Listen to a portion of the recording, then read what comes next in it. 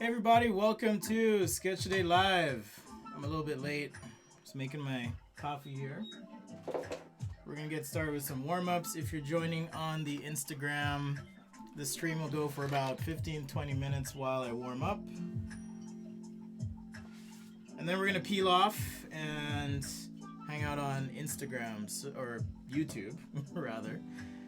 So, if you want to hang out, definitely join in there. You can also join our Discord. That link is in the video description. So check that out. Hope the audio is okay. Let me know if there are any problems and all that good stuff. Happy Friday. Hopefully you guys are doing well. Today's going to be our nature show. And I don't sketch a lot of stuff from nature, so I'm going to be using some reference for sure. Looks like my camera's messed up here. So let me just check my connection on and off, and we'll see how this goes. Been having a couple little issues here and there. So let's see. All right, that's a little bit better. Zoom in. All right, like I said, we're just gonna warm up using some Papermate flares.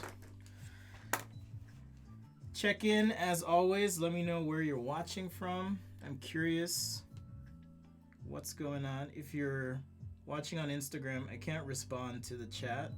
I don't have that set up. I've got 2, 3, 4 screens, but none of them for my phone. So you're just gonna have to join in on the YouTube. That's youtube.com/sketchaday.com, or you can go to sketchaday.com/video. If you subscribe and turn on alerts, then you won't miss the show. Special shout out and thank you to all of you who have been so kind to support me via my store or give donations. Much appreciated as we try to build something here on Sketch a Day. I do this 3 times a week, so if you don't want to miss it, make sure you have those alerts on. So we got Tom in the chat. What's up? I've been good. John, how you doing? Tom Booker, we're doing all nature today. It's the nature show. So anything from nature is on the table. I will be using reference, but using my industrial design methods to try and figure out how to draw those things. So welcome to Hangout. Sunday will be sci-fi. Maybe a few products as well. And then Wednesday is kind of our catch-all show. That's Wednesday evenings, usually around 4 or 5 Pacific. All right, a couple more warm-ups here. I'm gonna do concentric circles. And the idea here is this will kind of help me with my control. Again, just trying to warm up. It's really hard to do, so bear with me. I like to try and give myself challenges for my warm-ups, if I can. This is one of them. So if you're not pushing yourself, you're not really growing, you know? At least that's what I like to think. And this year for me has been a year of growth, and again, I'm grateful for all of your support, being here, all of that good stuff. If you haven't yet, check out my Procreate brushes as well, for those who like to draw digitally. Those are available on my store. I've recently released a new pack of 30 brushes that I use for my product sketching. So you can check those out. There will be some video content specifically to addressing those coming out soon. So I got you. All right, so there's some concentric circles. Now I'm going to do some ellipses. I will be sketching with pens, brush pens, markers today, paper, all that good stuff.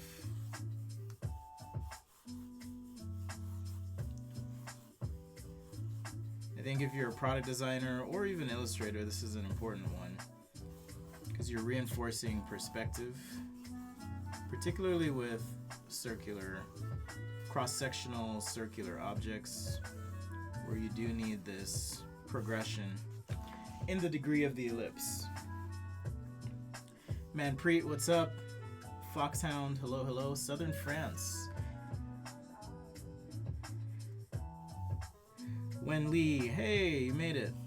I know you were asking what time the show would be, so I'm glad you made it today. Yeah, I can't really tell with the audio levels if my voice is competing right now with the speaker. So let me know.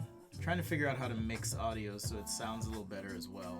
But we're always learning here at Sketchaday. I don't know if I will release brushes for Sketchbook. I don't particularly use it. The next set will be for Photoshop, however. Just doing some curve lines here. Getting loose. And I think I'm going to kick stuff off with sketching some rocks. We'll just use that to loosen up. Alright. A couple ways to do this. We can use gray markers to start, or brown markers, or we can just go for it and start drawing. I'm just going to grab my brush pen, or a brush pen. Got two pretty great options here. This is a Zig Mangaka, and this is a Kuretake Fudego Kochi. Fudego Kochi pen. So thanks for joining Sketchaday live.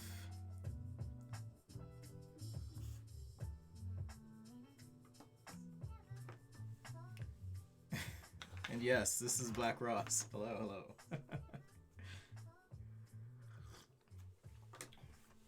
All right, so let's kick things off with just a couple rocks. And I mean, I'm no geologist, certainly, but what I'm going to do here is just use this marker to create some shapes.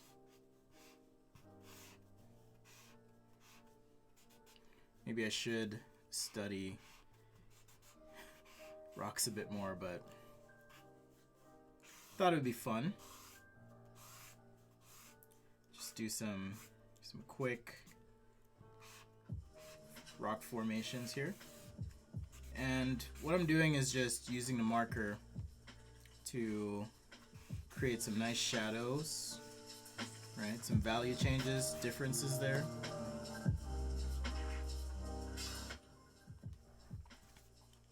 I don't know why that got loud all of a sudden. So just some darker value areas in here, right? Which is going to correlate with the light as well. So pretty easy if you think of a light source. I don't know why this keeps turning out, by the way.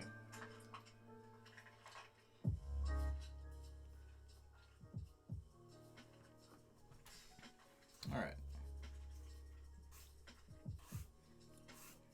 May have to stop the music if it keeps misbehaving. So this is the nature show. We're just doing stuff from nature, rocks, trees, leaves, plants, animals, all that good stuff.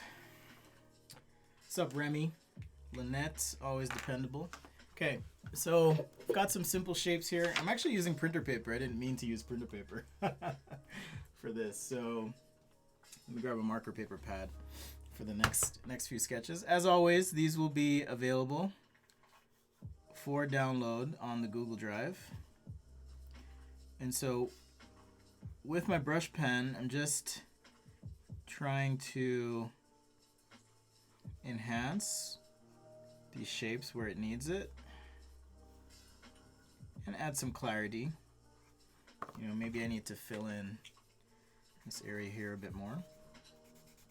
Make that a little darker, for example. So you can kind of pull your shapes out this way.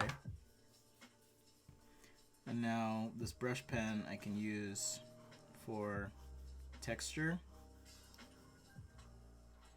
or just getting those rock shapes or formations in. Like I said, I'm not a geologist, so I'm just using my best approximation here. And for these, I'm not using any reference, but I do live in Utah, and I've seen quite a bit of rocks around, you could say.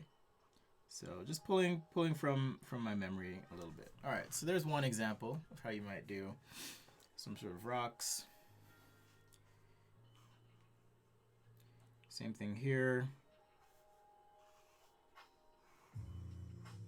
And just being careful to kind of respect the shading that I had initially. Alright, Instagrammers, we're going to peel out, but we're going to be doing some animal stuff, plants, all of that naturey stuff. So if you want to be a part of that, head on over to youtube.com/sketchaday.com, or you can go to sketchaday.com/video, and you should be able to catch the live stream there. Let's go ahead and push some of this shadowing. Okay, so I was using, let's see, E33. So I'm gonna grab this E35. Yeah. 35, maybe 37.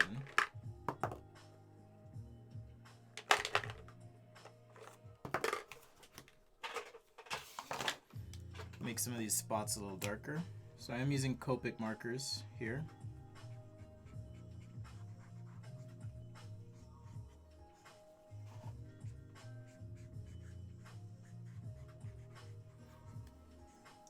Like I said, I don't do a lot of nature stuff. I probably should do more. So today's video stream will be a bit of me experimenting as well. So as long as you guys are on board for that, we're going to continue. All right, Instagrammers, peace out. If you want to catch the rest, hit up the YouTube. See you later.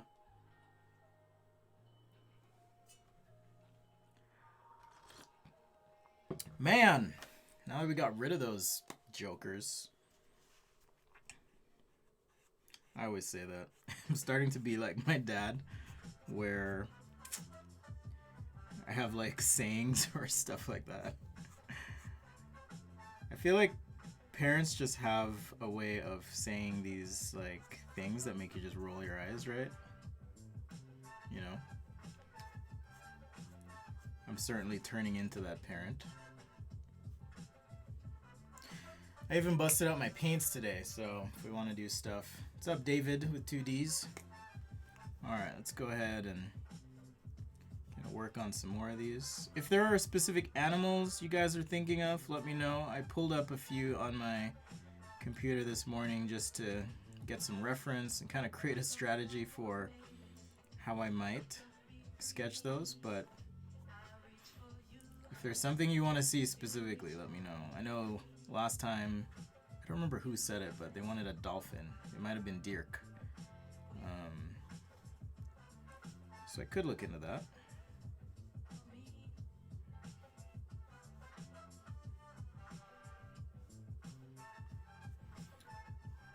Just nice light touch. Notice how far up the barrel I'm holding the tool as well. Varying that pressure.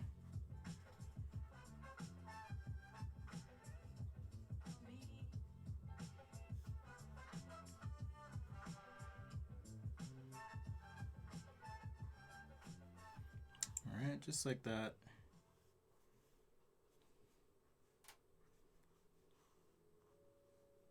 And here as well, I do want to enhance some of the shadowing. So particularly where we have some of these creases. I kind of want to put some bluish gray on these for shadows as well. So I'm tempted to try that out, but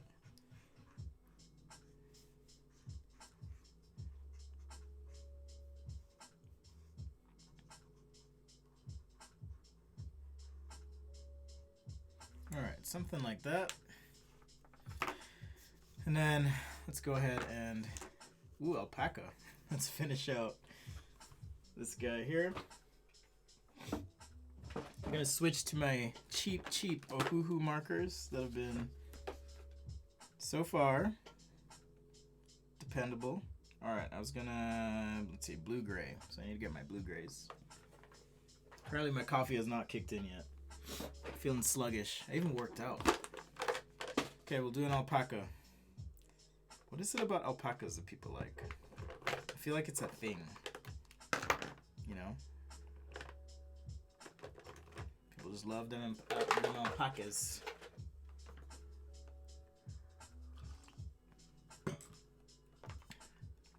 Alright. So yeah, for the shadows, I feel like having the shadows be like a cool gray here makes sense. Because shadows tend to be cool.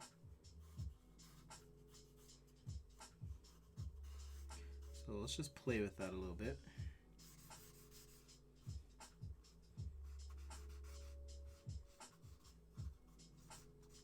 And if we don't like it, that's okay. You know, part of drawing, I think, is just being willing to experiment with some stuff and see how it turns out. If it works, great, and if it doesn't, hey, we learned something new.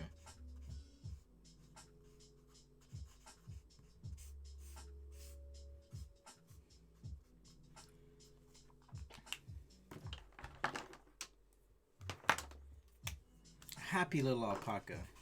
Yeah, I'm working on something Black Ross themed. I was hoping to have it done today, but it is not finished, so not ready to show that to you guys. But it will be a thing.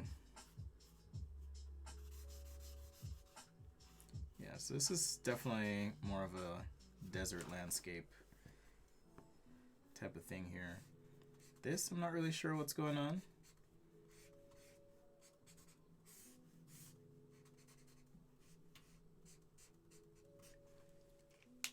So we'll keep it going.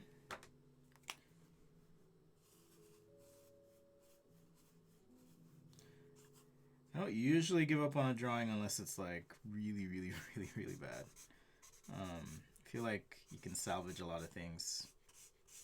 Usually. This is already feeling better.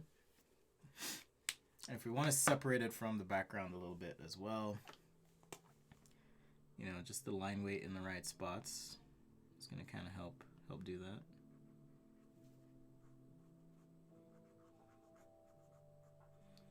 And there's some like sagebrushy type things.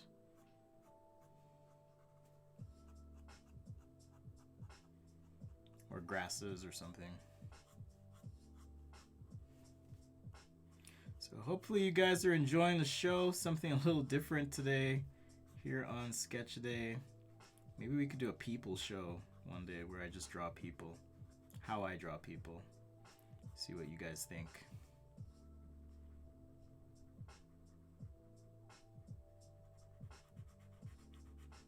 That could be a pretty fun one.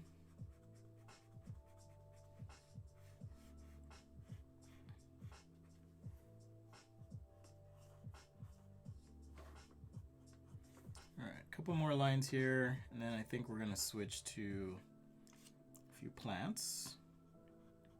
And animals would be the last, or I can switch it up too. Either way.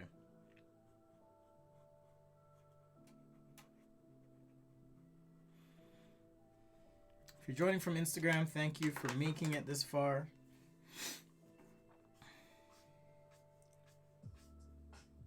We do this 3 times a week. I will be back on Adobe Live as well next week. So that's something I will be doing. And those are going to be early morning shows, so it shouldn't affect anything I'm doing here, so don't worry. I'll still be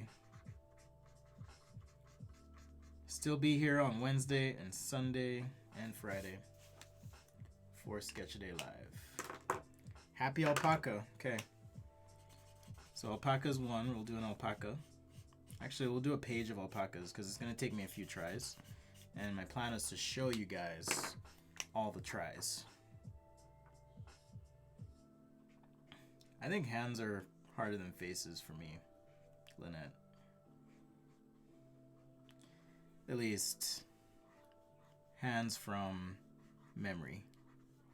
Super hard. But my general approach, which you'll kind of see today, is to think about the geometry, the underlying geometry of a thing, so that I can draw that thing the right way.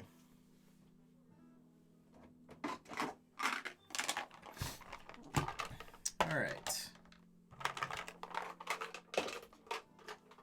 Kind of want to do some sky here. Quick test.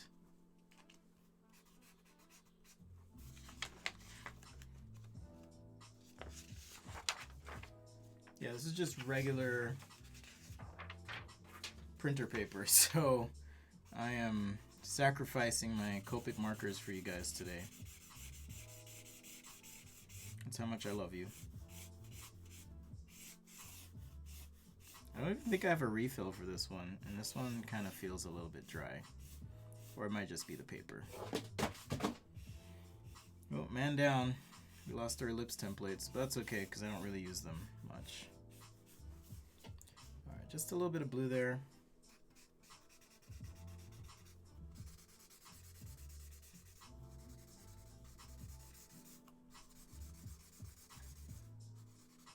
Keep it nice and loose.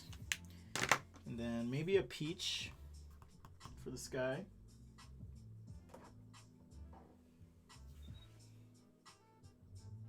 Peach or pink or just something interesting like that. Let's see.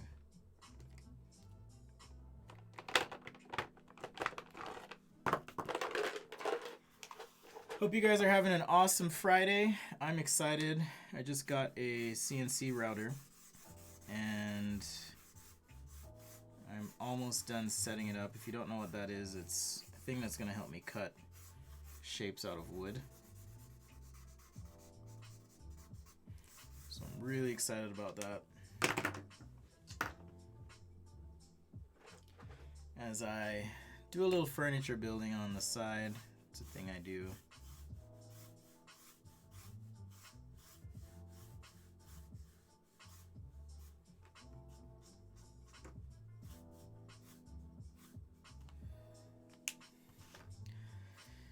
Purple there,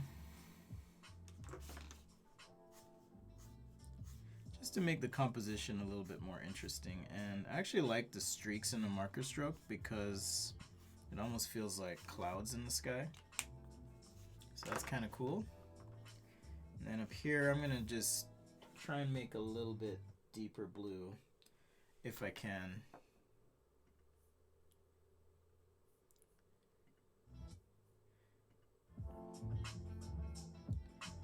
Yeah, my Spotify is misbehaving. Maybe it's because I have it open on my iPhone here as well. Alright, so now we'll let that go. Okay, so there's our first nature themed sketch. Now I'm going to move on to just some plant stuff. Set that to the side. Switching to marker paper, as I do not want to waste my marker ink. We'll just do some quick plant stuff, leaves, whatever. So let me pull up some reference images.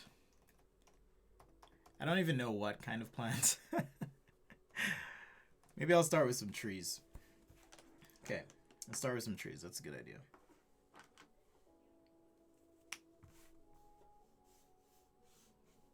Using that brown again. And really just depending on, and I'm trying to lean on a bit of my observational drawing experience that I've had before with stuff like this. So if it's not sophisticated enough, pardon me. I'll start with something like that. So that might be I'm trying to remember the correct term, deciduous. Or is it coniferous? No, deciduous tree. So a tree that would shed in the fall. Luke T, you would. The CNC router is about, let's see, it's a 750 millimeters by 750. So it's about 3 foot by 3 foot, I believe. I don't know why all my trees are kind of going to the one side here, but let's do something with maybe a gnarly trunk and roots. as well.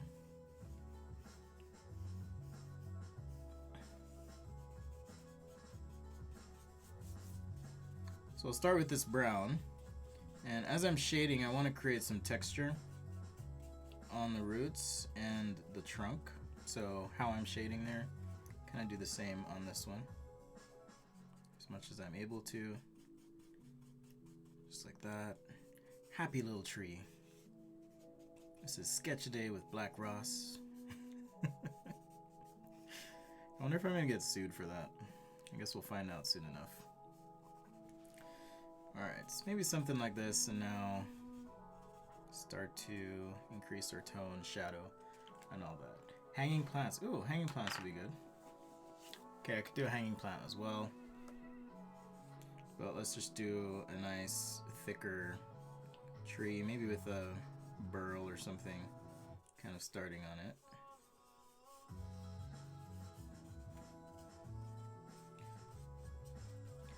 So yes, I'm an industrial designer, but when I draw, I like to also do things that are illustrated and, you know, try and take some of those techniques and just get creative with how you do things like represent texture, you know, your drawing approach, so forth. So if the tree has lots of bark, you know, something like this, for example. There's a fatty branch here.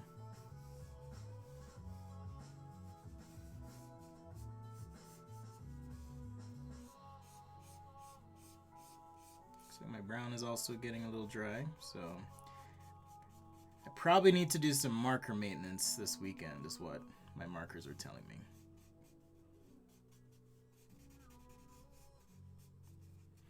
Alright, so I'll go about that far, and now we'll work on the leaves, foliage, and so forth.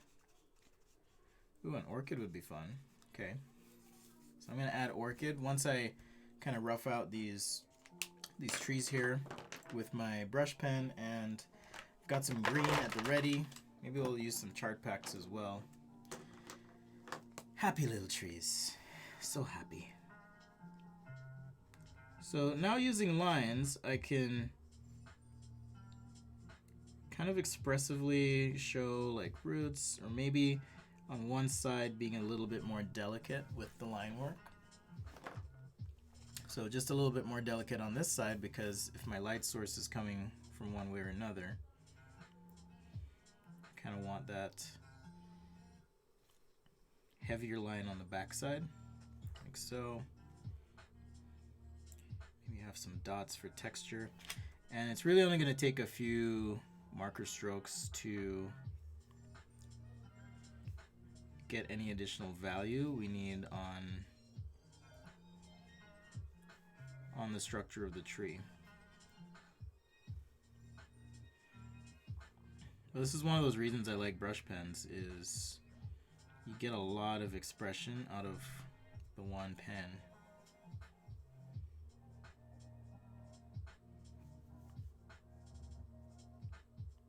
And again, with a pen or any tool like that, you want to just, I think anyways, what works for me, just hold it in a somewhat relaxed fashion or way, and that's going to help just with the delicacy of your stroke. And if you hold your pen far enough up, I can now see past my hand, whereas if I'm drawing like this, it's really hard for me to see the rest of the paper. Alright, so we'll do a couple more here. This one's almost like a tree from some fantasy thing or something.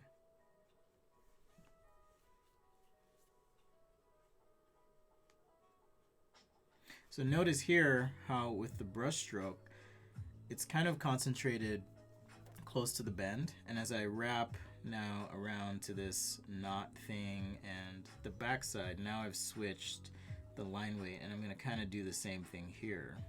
Okay, so the way I'm thinking about this is almost like a tube that I would sketch in product sketching, and so now my shadow core is on this side, right? On the top portion, I'm here. So it's almost like a transition that's happening as the tree,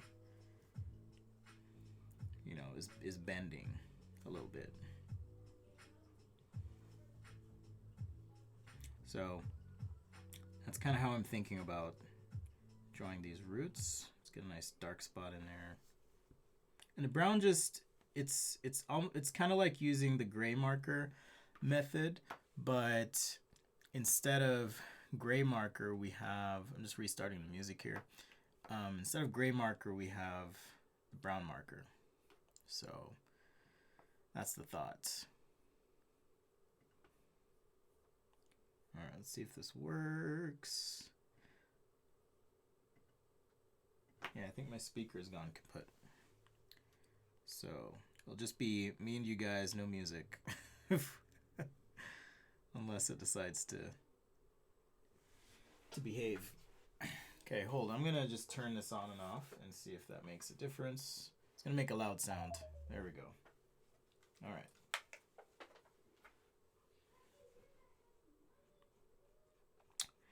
Once again, hopefully you guys are staying safe. I'm an introvert, so I have been enjoying this quiet time, if you will. Just with my kids. I mean, sometimes they drive me crazy, but it's a lovable kind of crazy. Let's see, maybe not for this live session, but future, do you think you could go through a Procreate brush pack and show progression of when and how I use certain brushes? Yes, I can do that. My plan is to have that as a video resource for those who have purchased the brushes, a link that'll be sent out for that companion. So if you did buy the brushes, don't worry, that's coming. I just need to actually get it done. It's all planned out, so don't worry too much.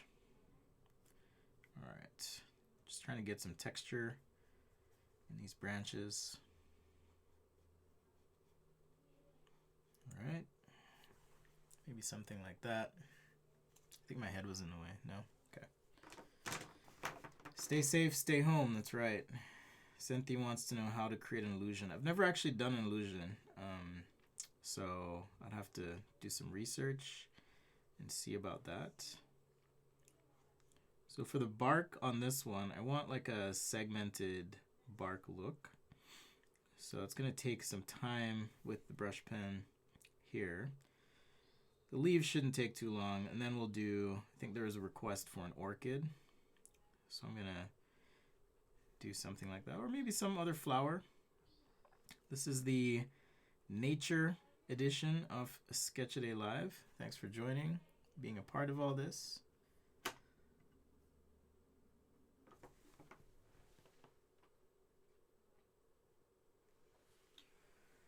All right, see if we can get this music going again. I kind of miss it. All right, there we go. Boom. Yeah, I haven't done the work to set it up so that the music just plays directly through like Spotify to my streaming software, but that's something I need to look into. See if I can get that working, because that would be way better than the way I'm doing it right now, which is basically just Spotify connecting to my speaker and having it just play out loud in the room here. But no need to get into the technical weeds with you guys. If you're interested in streaming though, or information on it, I'd be happy to, you know, do an episode that's maybe a bit more specific to my setup. Like what software, cameras, lights, things I've learned, and so forth. I can tell you it's not easy.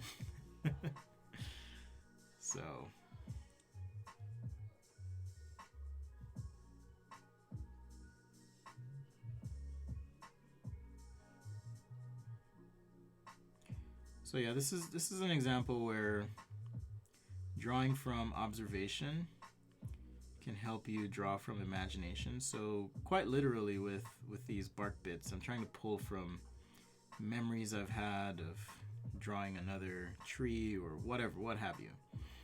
But I think it's important to just store those symbolic things in your mind that you can pull on when you're trying to draw things just out of your head, at least in this case. And like I said, the animals, and if it's a specific plant, like, yeah, I have to reference that, but I'm trying to use those industrial design sketching, quick ideation methods to just represent these concepts, or trees in this case.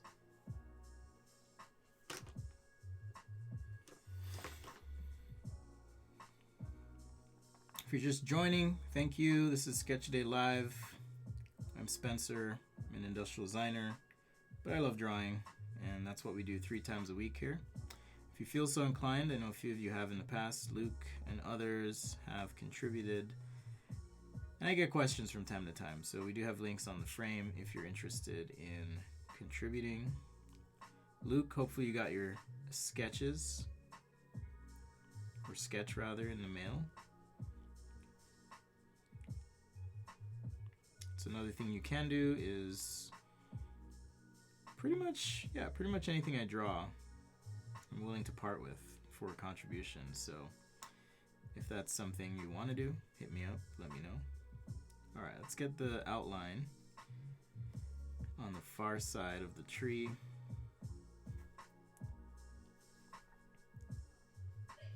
Now this branch.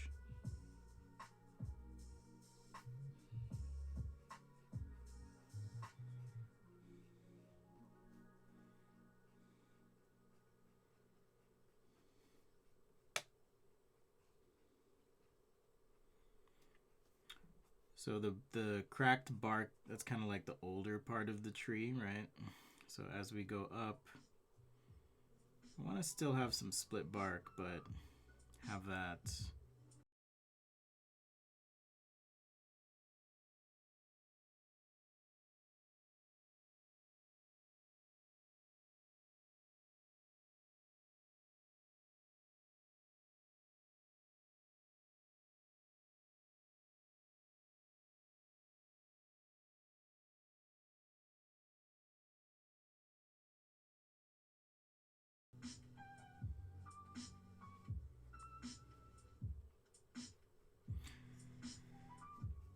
all right.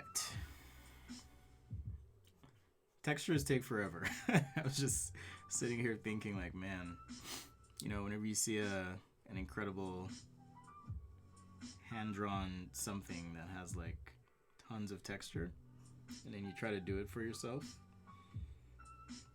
you realize how much work goes into that. But it is supremely satisfying, meaning, being able to... I really don't know why this keeps stopping. Just making a texture out of nothing, super fun. Yeah, I think I'm just gonna have to keep this control visible. And then that way if the music stops,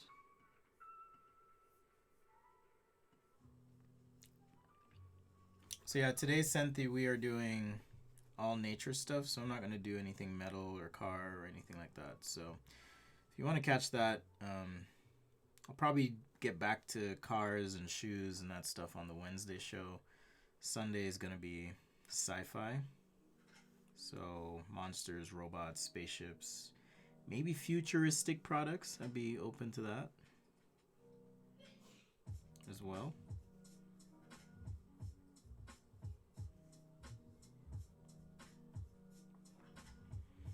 But I got a lot of requests for nature themed stuff, so that's what we're kind of doing today.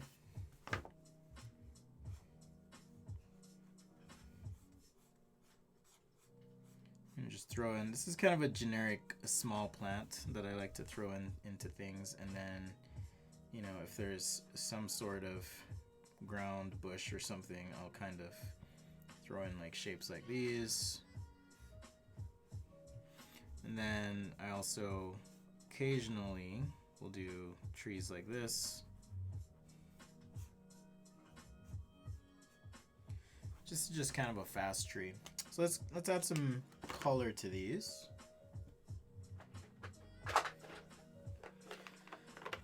I didn't mean to ignore, there was a question earlier about light till you get it right. Let's see.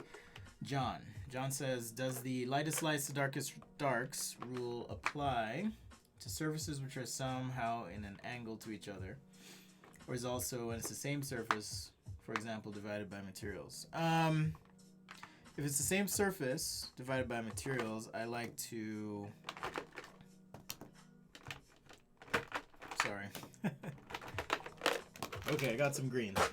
I like to keep the value the same, so it would be the same intensity in terms of color. Alright, so the tree, just do something like this. Okay, lots of strokes here, but if you want, you could do like an outline first. But again, holding the marker very high up the barrel.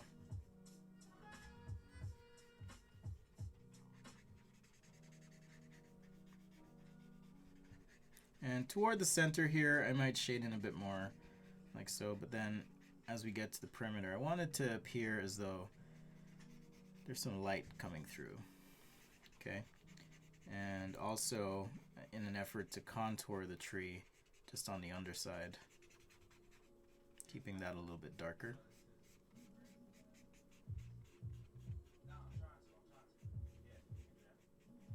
Something like that.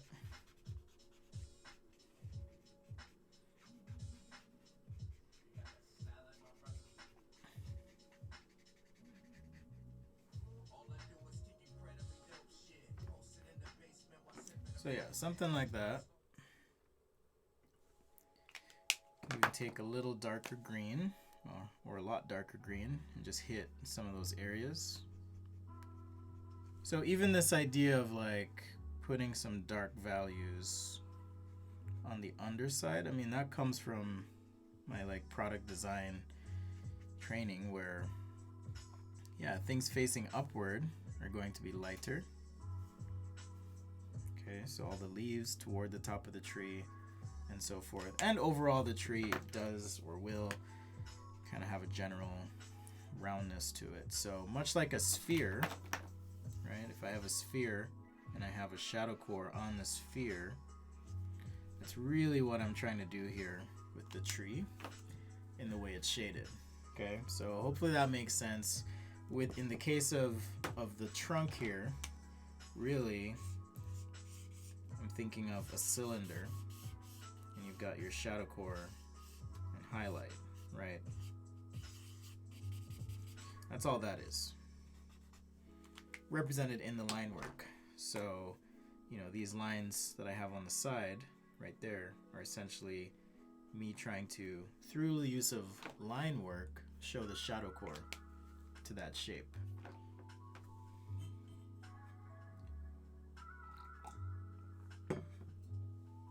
All right, we'll just finish out some others here. Got this kind of old tree, so just for leaf shape, maybe we do a different stroke. Who remembers that show, Different Strokes, or is that going to age me a ton?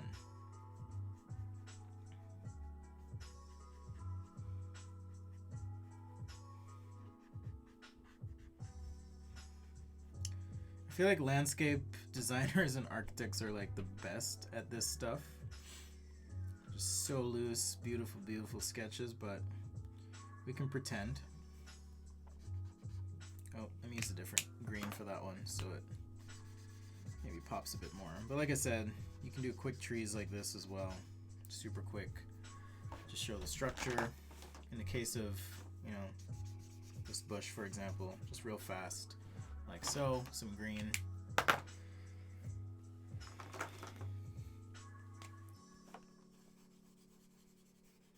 Maybe this is some bluish green plant.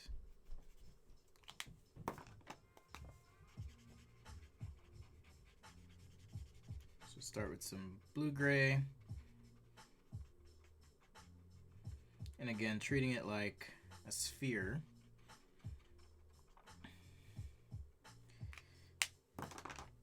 And then we can go even darker where we need it, just on the underside of leaves and so forth.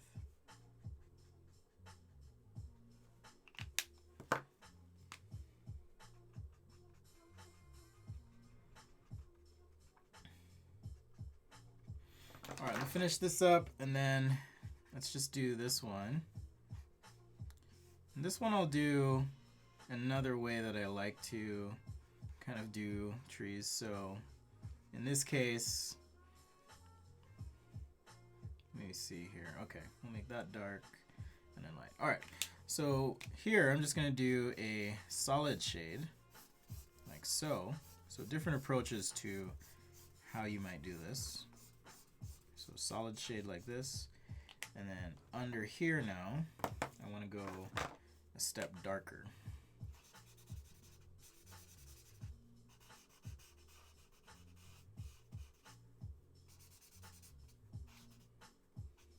And maybe just a couple transitional strokes just to help with the transition. All right, so it's almost like there's a little bit of shadow under the canopy here of the tree, or the massive foliage. All right, let's go a little bit darker as well. Contrast is your friend, but another way to look at those shadows. And let's do some ground shadow. Using a blue-gray again because I like the warm-cool relationship. If I'm illustrating, it kind of helps bring things to the foreground and so forth. Just like that. Maybe these are some mountains in the background, I don't know. Something like that. Alright, so we did our rocks right there. Now we have our trees. Had a request for an orchid, so I'm going to pull up some reference images. Because I don't draw a lot of orchids, you know? And if you don't know, there's nothing wrong with looking something up and consulting the Book of Knowledge, aka Google, being like, yo, what does an orchid look like? Super easy. All right, coffee top off. Thanks for being here, guys. This is fun as always. Just to hang out and draw and take all your suggestions. Thank you so much. I like milk in my coffee, and that's what I was looking for. There we go. And apparently my kids upstairs are using their room as a trampoline. Alright, so I'll just do, let's see, just looking at a couple pictures here. Should we turn our page? Maybe we'll turn the page. And we're gonna freestyle it, and just come up with a sketch here of an orchid. So it looks like, what kind is this? I don't know what kind this is. A moth orchid. I'm gonna reference that. So looks like it has a leaf, or not a leaf, but a petal, something like that. And no, I'm not. When I say reference, it means I'm looking at it for the overall shape, but not necessarily like, oh, I'm sketching it in the exact view that we're seeing. Okay, so I tend to try and rotate things if possible. For example, do them from a couple different views, because that's going to help you like understand it. So now that I've done the initial sketch, and this is what we're going to do with the animals, is now I can go, oh, okay, this is kind of the shape. And we can kind of freestyle a little bit. And as your comfort level increases, with these, you can almost just jump off and start doing your own thing. Or maybe even playing God or botanist. Botanist. And just making up your own flowers. So that's how I kind of do it. Just try a couple different views, shapes, and so forth.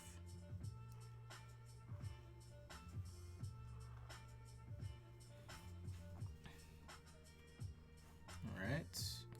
But yeah, it looks like they kind of have, you know, there's variations on orchids, it looks like. Just different shapes. Different things happening.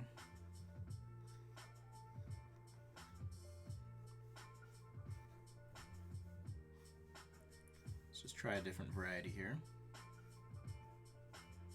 So I'll do a couple on the same page. Again, using this brush pen, the Fudegakuchi pen from Kuretake.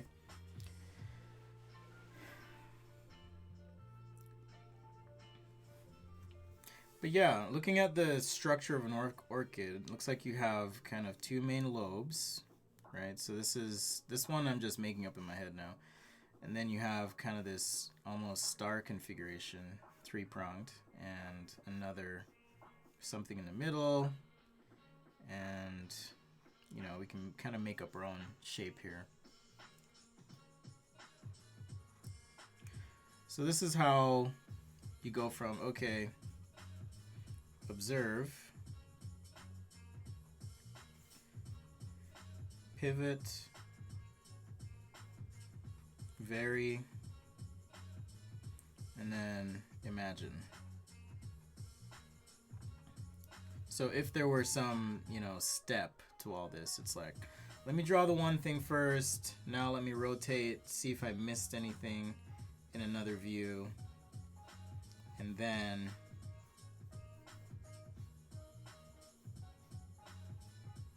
see if I can imagine based on the patterns that I observe. And the same thing's going to happen with color, where once we add color, you know, I might want to add peaks to these petals, for example. But once we add color, then I could even vary the colors and come up with my own kind of thing.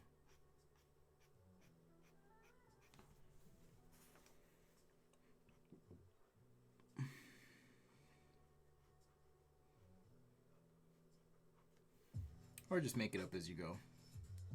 Also fine. Maybe these are alien flowers. Based on the orchids.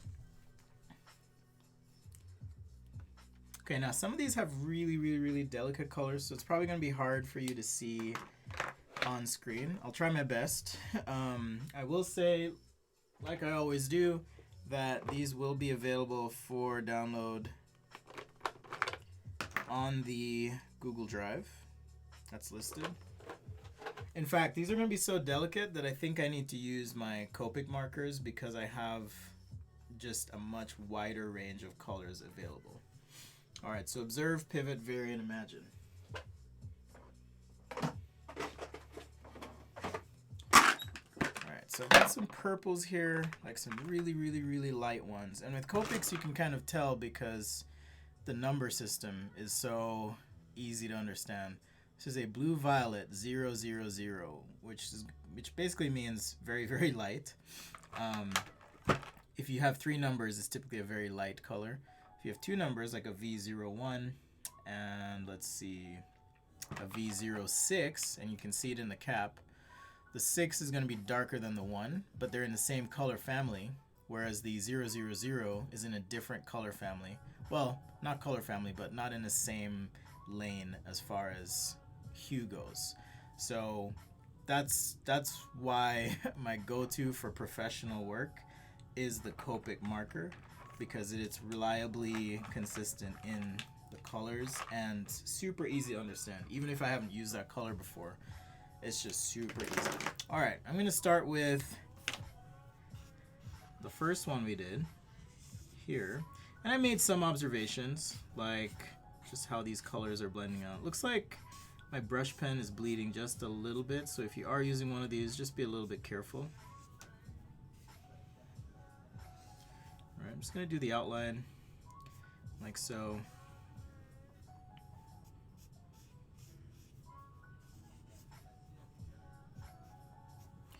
And for color reference, take another peek here. Alright, so being careful not to shade all the way to the edge for a reason on this one, and that is I want to be able to get some intense purples in these areas that I'm currently shading in, but I also want to be able to blend out to like a lighter color. Okay, I'll just go ahead and shade this in on the inside. So we're going to be adding some reds and so forth. So now I can jump to this VO1, and you can see it's a little bit more pink, but if we want that nice color blend, it just works beautifully on this marker paper and with the Copic ink.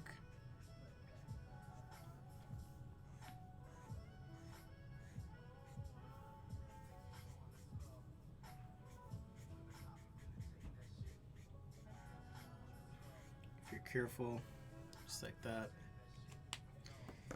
And I'm just going to keep building up until we get, you know, those really intense areas of color.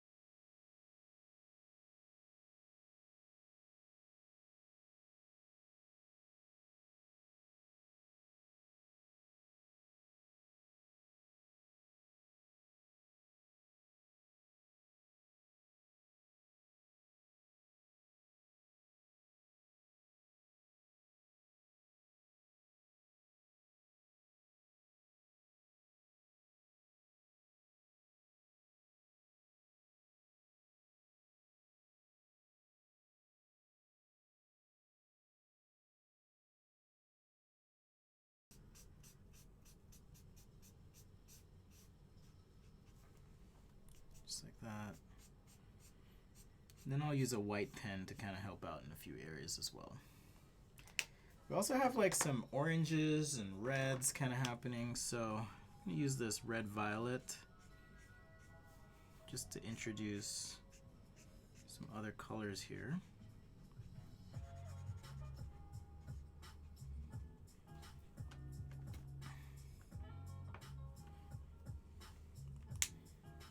Alright, and I'm going to go, sorry I had to zoom in on my reference here. But like I said, this is, for me anyways, about observing first, and then when I have kind of the experience with it and understand, oh, here's kind of how the colors flow or work, then it's a lot easier to just do this stuff from your head. Just be like, oh yeah, I kind of know what an orchid looks like. I can do that.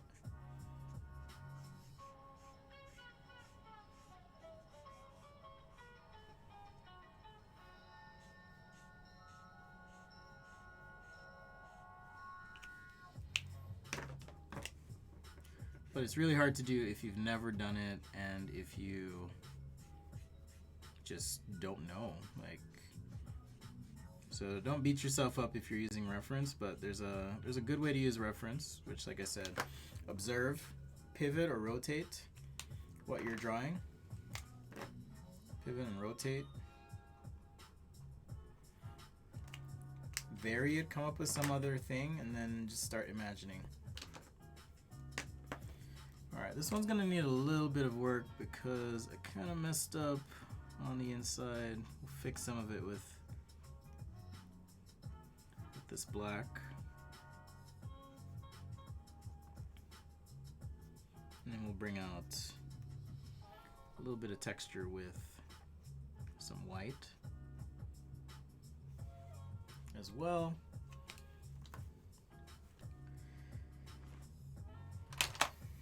It's always nerve-wracking doing like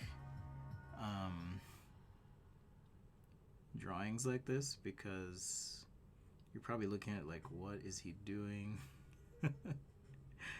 And then if you hang for the whole thing, you're like, oh, okay, now I see. So always a little nerve-wracking for me, but this is a new gel white pen that I found that I've been really liking. I mean, it's kind of super juicy, so that's a plus.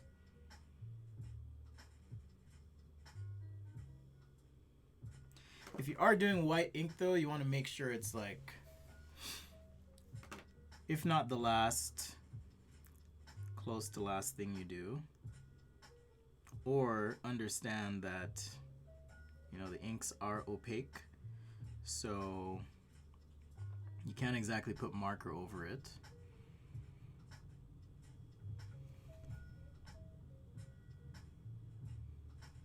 So as long as you know that, it's actually not too bad.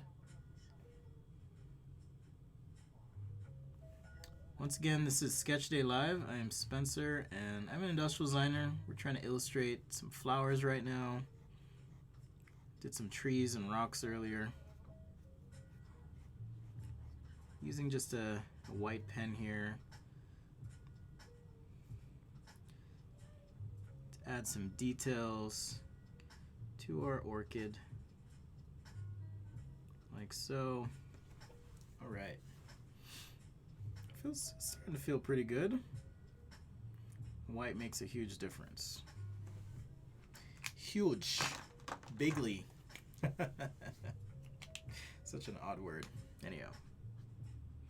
And then we'll just do a quick stem here. Something like that. And so now that I've done that one and I kind of have a sense for the color blends, I can go, okay, let's do this orchid, and you know, maybe I'll do something different, something that's a bit more red, go a little faster, and I know what I'm kind of getting into with the ink and the marker as well. So it should pick up. You should be able to move a little faster the more you learn as you're drawing, okay? And if you're not learning, you're not doing it the right way, meaning just being open to making those mistakes, and if you're lucky, taking feedback from people, always a good thing. I love feedback myself, and I always say I'm not a perfect artist or designer or illustrator, but you'd be hard pressed to find someone more passionate about learning and improving than me.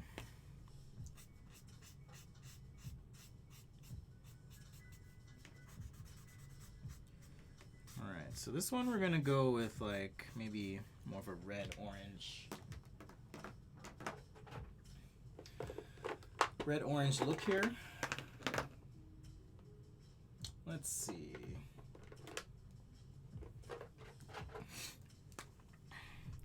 And in case you missed it, this Ohuhu marker review that I did, check that out, and you'll get a little bit more of what I'm doing here, or a little bit more information rather on the markers themselves. They're pretty awesome. I've thoroughly enjoyed using them.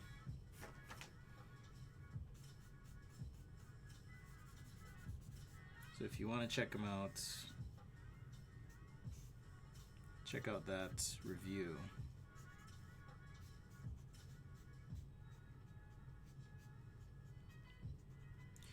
Yeah, and once you know where color goes, it should be a little easier to just be looser with your shading as well. Oops, that was off screen. My apologies. I do want an in-between for these two. I'm trying to find one in this Ohuhu set, so bear with me. The colors are all different in this set too, so that is another... there we go, that works. It's another thing I have to kind of watch out for as I'm working with these.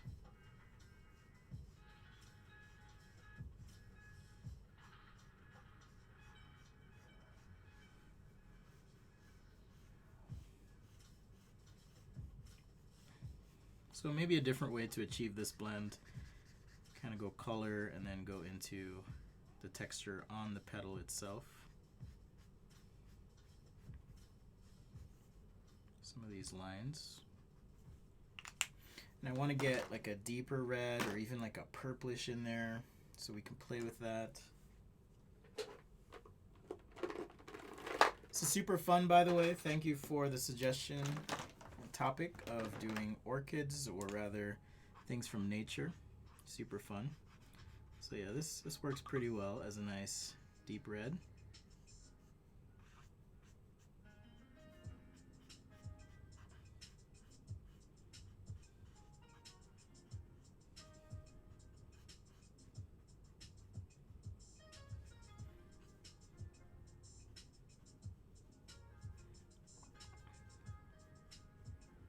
Maybe just adding some texture to the petal.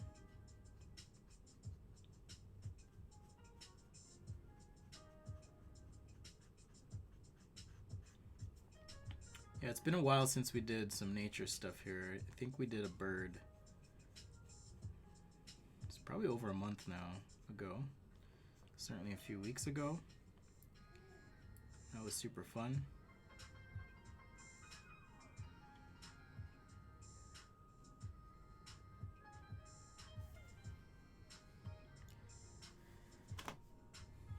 So again, just learning from observation, you can kind of start to just make up your own stuff.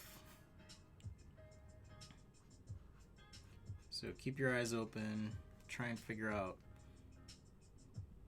things that work for you as you try to illustrate those things. Because drawing is not about exactness so much as it is about symbolically representing reality in efficient ways, or at least sketching for me is just that. So if you can get it looking close enough, usually that's good enough.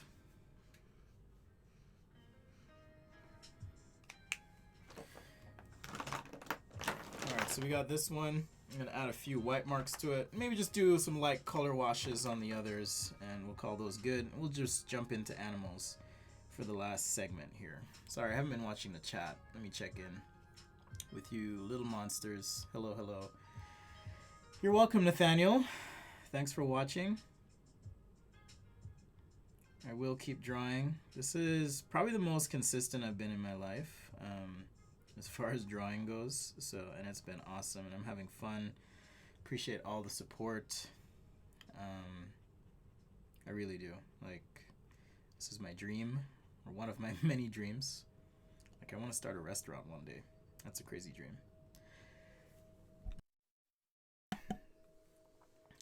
Sorry, I just had a sneeze there. Had to mute. Okay. Happy little orchids. That's right. This is Black Ross with Sketch-A-Day. So the stippling really just helps with the texture, and there you go. It's, you know, a bit more up close. I think with some work, I could see myself doing these and just really having a nice therapeutic experience just drawing orchids. So this is the one I imagined, so I'm just gonna do something crazy here, and we'll do like a green into orange blend or something. We'll just have some fun.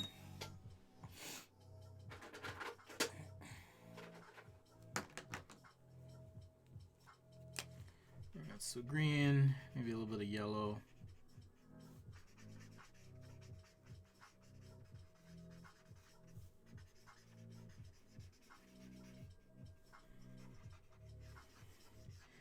And I definitely want some nice intense orange. This I want to be kind of white. So, you know, and taking this trick I learned on the other drawings, I can pull that in. So just some nice thin yellow lines. And you can see how much faster it's getting now after doing this one carefully. This is like you're literally observing and just studying. Now you pivot, execute, and at this phase, I can now just really start to be more expressive, because I kind of have an idea. Sorry, I've got a little slack action going there, if you recognize that sound. But here, you know, the green and the yellow form a nice base, and it can have this more intense orange, and we can kind of fade that out with just even a little stippling and texture work right there, and then go really intense. I'm going to leave these spots a little light or white as well, just like that.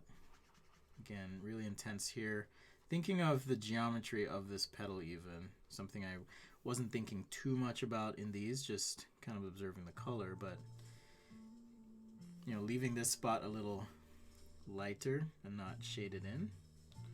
It's going to help communicate the three-dimensionality of that region.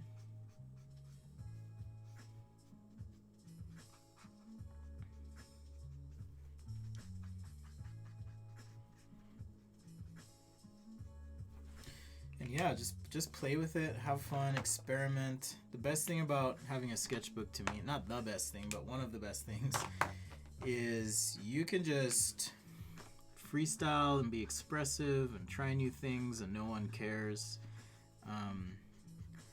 I used to get really stressed out about drawing in front of people, believe it or not. But I can't tell you, the more you do it, the easier it becomes. So your sketchbook's just a great, like, safe space for you if you want to be expressive and try something new or different. You can always just do it in your sketchbook. Alright, do want to go a little deeper red, just on the inside here.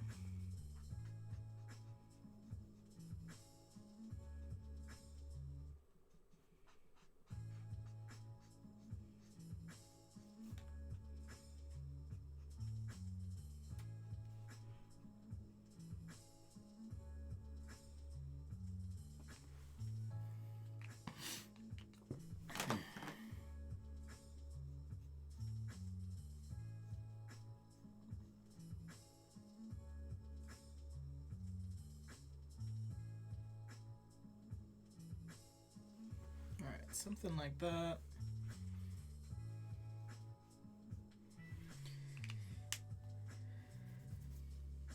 Oh, I just realized I didn't really do the, like, pollen, or I don't even know what you call it. Terrible with names. I mean, I've studied it in school, but just terrible with names. Let's see, we've been going an hour 14, making good time. This is Sketch Day Live. We'll probably go for another 30 minutes here. Happy Friday to all of you.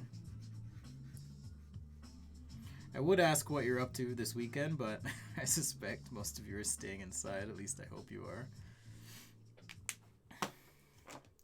While we're doing crazy stuff here, let's go. Yeah, we could do purple. Something like this.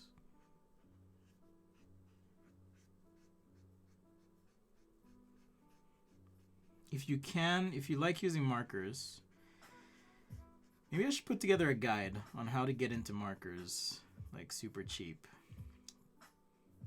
But if you do like markers, I would recommend the Ohuhu markers or the Bianyo brand. Both of them I reviewed on the site, or on the YouTube rather.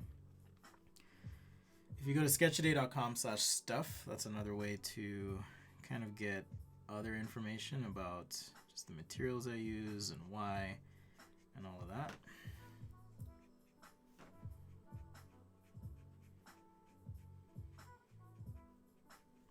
But get marker paper. Marker paper is awesome because it won't suck your markers dry when you use them. If you use regular printer paper, oftentimes it's so porous, like a sponge, that it'll just like eat through your markers. So like that's why I was cringing a little bit when I did the rocks first, because I forgot I wasn't using marker paper. But fortunately I have refill inks, so it's not a huge problem. On this one I'm just going from my head now, right? So it's kind of what we're doing here.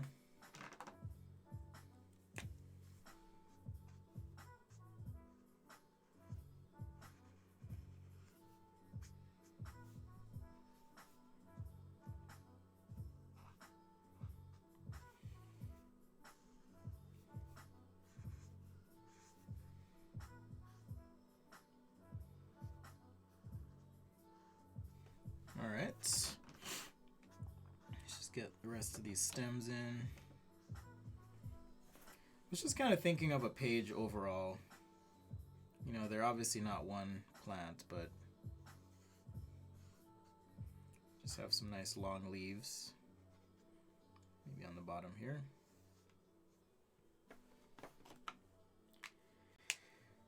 Strathmore Tone Tan for marker. I'm not really a tone paper guy, but I've done tone paper renderings or drawings. It feels a little gimmicky to me, so maybe that's why I've just kind of avoided it. But they do look cool. I mean,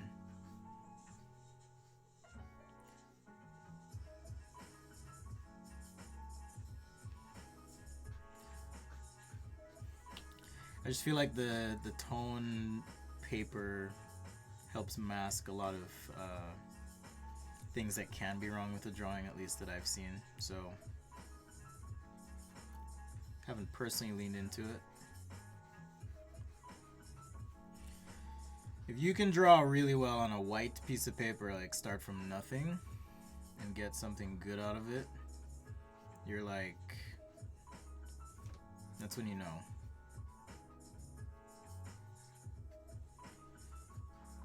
That's not to say it's wrong, just a matter of preference.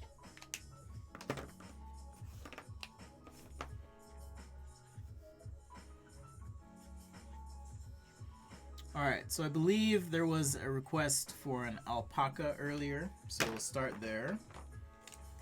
Let's just get a couple little lines in on this guy. I'm not going to do all the stippling. Just move a little faster now. So this was really slow, faster, fast, and now we're just going. And like draw something that looks like an orchid fairly quickly, or you should be able to you've been following along and kind of using this approach. Observe, pivot, vary, and then imagine.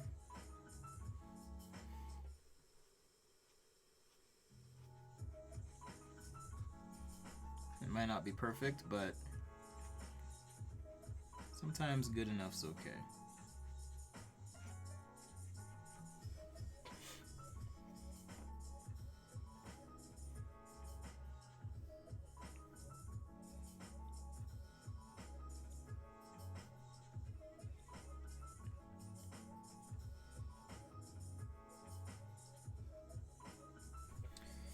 Alright, and I'm just going to do these leaves real quick. I don't know why I started with that dark green, but that's alright.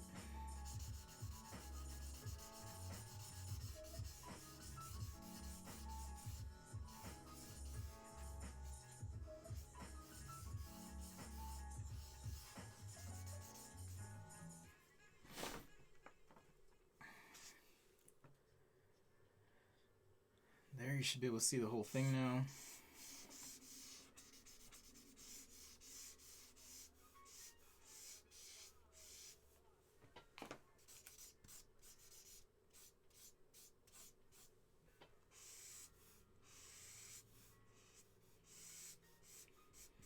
Okay.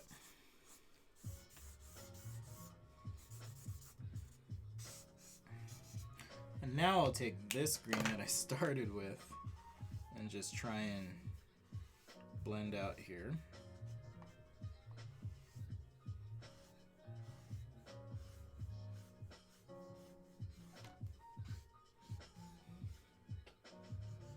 One of the nice things about sketching things from nature is I feel like you can be a little bit more expressive with your stroke and not as structured or rigid when it comes to approaching the drawing. So I do appreciate that. It's fun. Quick test here. That blue is a little too intense.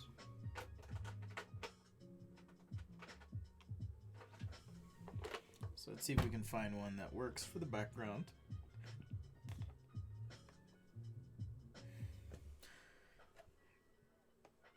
Let's see. Don't want to do... I could do turquoise. What's up, Chris? Welcome, welcome. The Ohuhu markers do not fit, but the Bianos fit. They fit in the spray marker. I've been meaning to hit you up, Chris. I need a CNC lathe. And I think you might have one.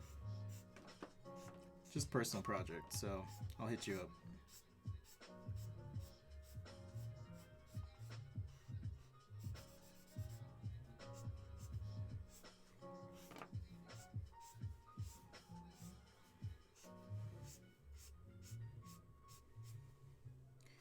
Just a little blue to kind of pull it all together here.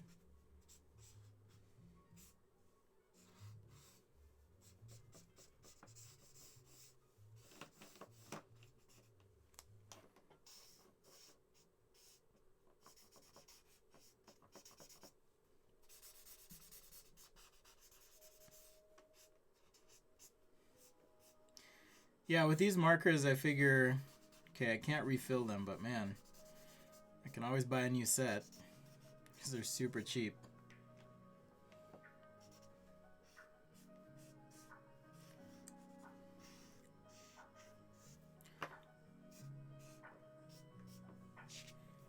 All right, sweet Chris. I'll hit you up. Either way, it'd be good to reconnect and catch up a little bit.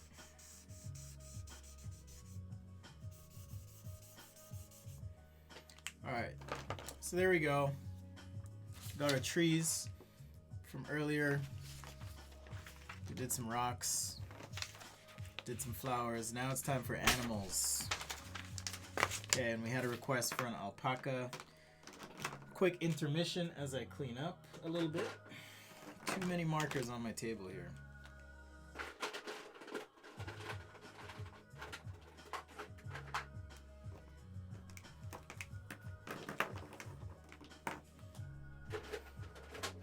So Chris, to answer your question, I'll grab the Bianio markers. So this is the set I have, and so these have a square profile. And if you look at the Copic markers, where's the one? I'm losing my mind here. So I think they actually, it looks like they measured a Copic marker because the barrel of the marker is pretty much the same thing as the Copic. So I think that's why it fits so nicely in.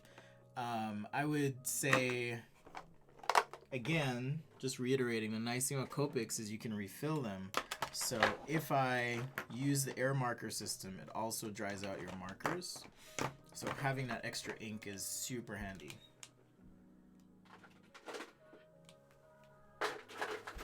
Super, super handy. All right, let's draw an alpaca, or alpaca. How do you say it? Alpaca. I'm gonna sound pretentious, like when people say Nevada, when it's Nevada.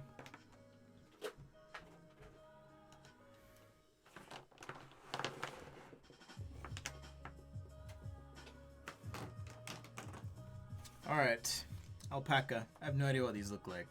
I mean, I kind of have an idea in my head, but I'll show you what I mean by just trying to understand geometry. Now, do we want a full-bodied alpaca, just the head? What are we doing? What are we doing today? All right, so I'm gonna look at some reference, and we're gonna just do a couple quick thumbnails here of alpacas.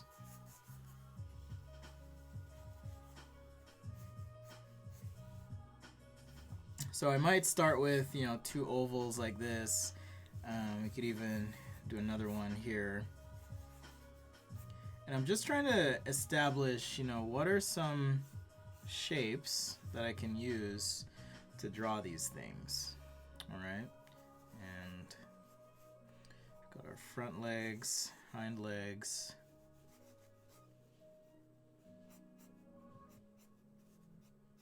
So right now it looks like a robot alpaca, but it helps me to think about the thing in raw geometry before committing to you know, doing a full sketch, for example. So drawing through totally helps. There's some ears for alpaca. Now it's starting to look like a cat, but as I mentioned before, we're going to be kind of drawing together on this one and just figuring it out.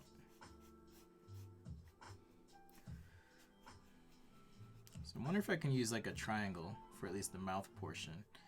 And then the eyes. This looks like an angry alpaca, but something like this. Maybe this needs to come out a little bit more. And they kind of have a little smile.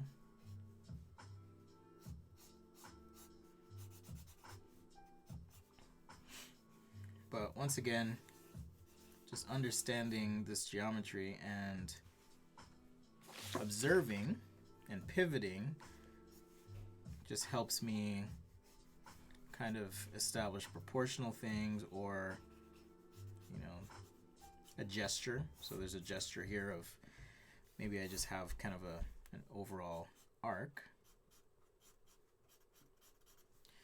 And then the leg in the back like so. Do they have tails? I guess they do, just a little bit. Yeah, I need to work on the face, obviously. But we'll keep going, do some rough sketches. Okay, so now I should be able to, you know, I've done this. I'm not looking at an image right now, but I've done this a couple times, so now I can kind of freestyle my alpaca, and this one just being from from just the little observation that I did. Okay, and that's what I mean by you observe and now pivot. I am going to focus on the eyes a little bit and the nose. Just make sure we get Get that looking right. Looks kind of like an angry dog or deer though. So there's something about, maybe it's the hair on the top of an alpaca. Not quite sure what that magic is, but this one could serve as a pretty decent underlay, I think. All right, so maybe this is our first successful, and obviously these are all standing. I don't know what a sitting alpaca looks like, so let's see. Legs would probably be something like this, I imagine.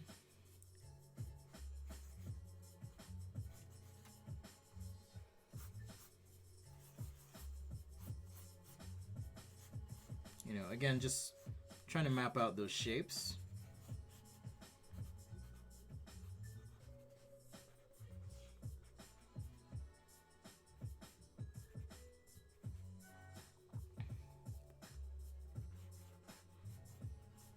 This one kind of looks like a dog.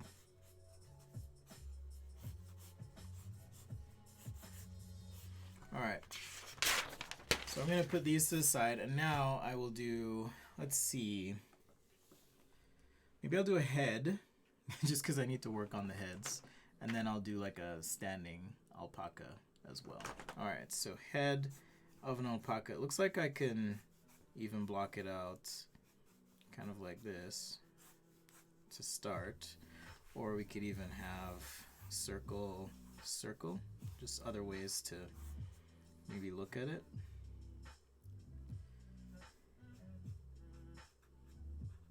Nose like so.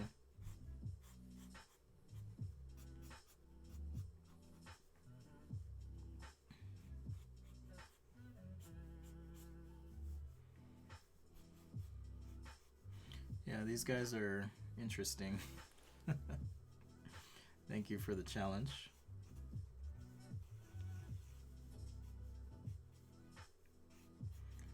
Kind of got these like mops of hair too.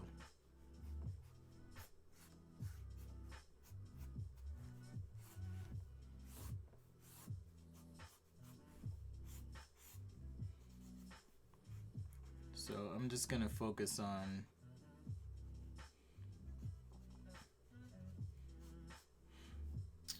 actually that looks, I think that would work actually. They certainly, they've got a look to them for sure. Hello. Oops. Oh, Siri. Siri thought I was talking to her. My apologies. Here we go. Boom.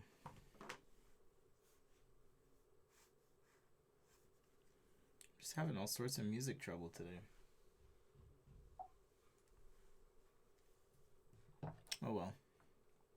Maybe I'll switch to this.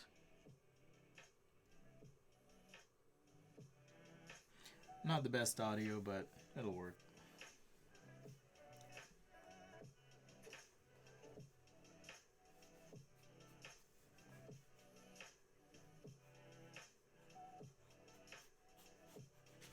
And this one here, like I was saying, maybe now that I kind of have an understanding of the shapes a bit more.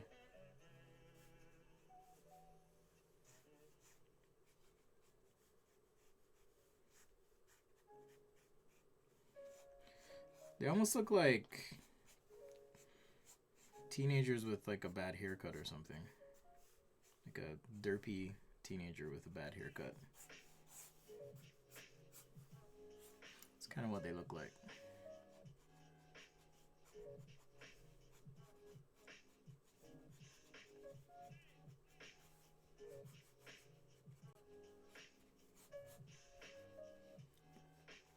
Right?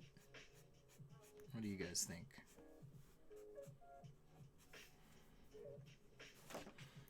So I think I like this boxy one a lot better than this one, but circles, another way you can kind of work things out. Let's go ahead and shade these in, and then we'll do a full-bodied alpaca as well. Just trying to make sure I don't miss any like really important things.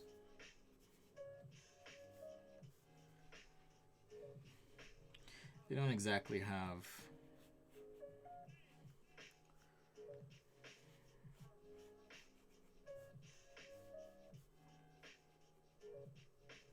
alright. So I'm going to go with brown on this guy. Just this nice big Copic marker.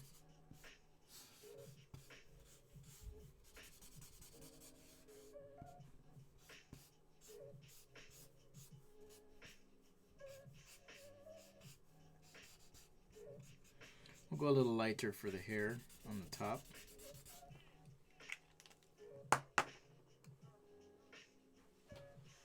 Maybe. Actually, I may have to go darker because I overshaded, so we'll go a little bit darker.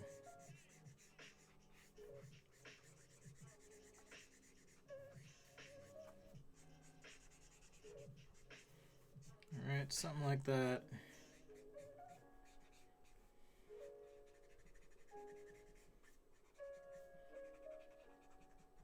Right around the eyes, I just want to get a little shadowing happening, just a little darker there. Remember, I'm thinking of this in terms of like, what are the base shapes and where would the shadows be? Okay, so on the far side of the object, definitely more shadowed than the near side.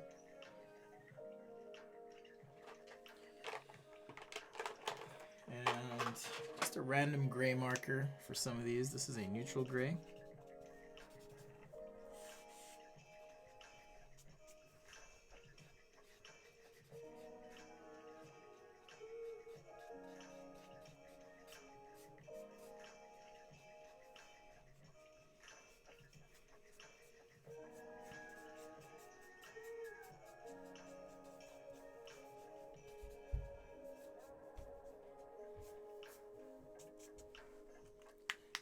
So yeah, it would probably take a few iterations here to get it looking a lot better, but you guys wanted an alpaca, so here we go.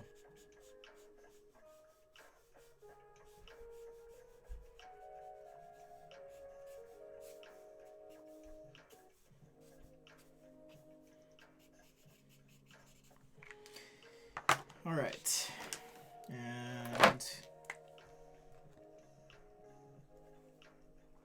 just get the eye, nose, just like that. This guy, let's do a grayish alpaca for this one. I'm gonna use a warm gray. Yeah, so this set has a warm gray 3, 1, 4, I think a 7 and a 9. But the cool grays, for some reason, just don't have... There's no cool gray 3. It's really, really, really weird. So that's my one big criticism. It's like, I'd rather give up the green or blue gray if I could get a cool gray 3 here.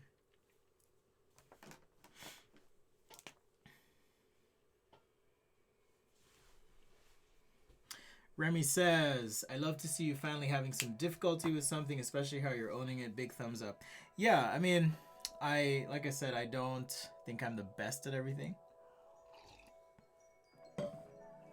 But I'm willing to learn, try new stuff. You guys wanted nature sketching, so that's what we're doing, and I have a long way to go. So appreciate you hanging and being a part of this, but usually I figure something out that works.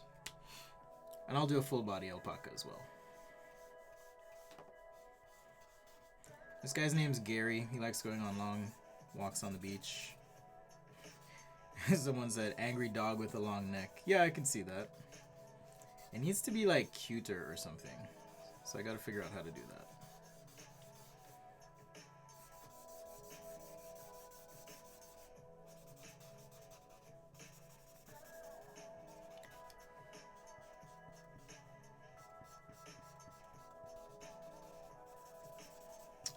But yeah, if you're not doing difficult things from time to time, like I said, you're probably not growing. So it's okay.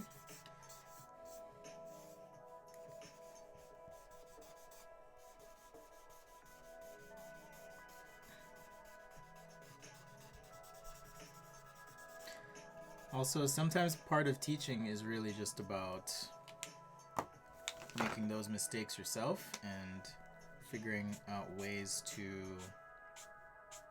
come to a successful outcome. And frankly, the more you do something, the better you get. So, no harm, no foul.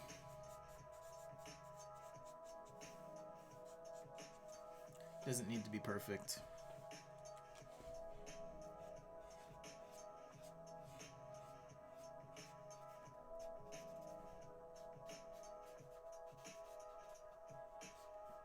But yeah, it definitely looks like more like a dog here. That alpaca.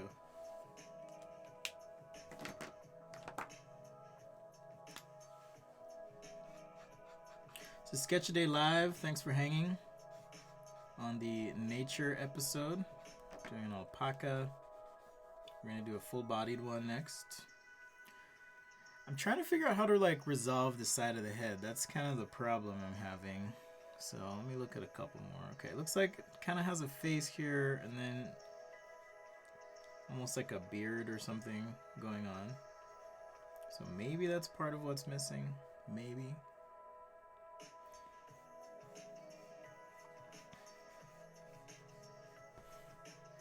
Yeah, I think so. I think even on this one, if there was a bit more fur or of a coat around the face, it would feel a little bit less dog-like. So that's just an arrow, but I think if I were to fill that in, it would help out a ton. Just looking at these again, the reference images. So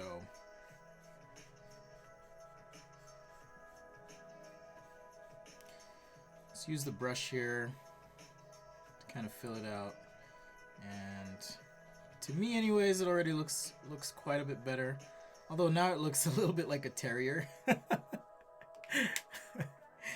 So maybe Remy is right. I gotta go practice some more.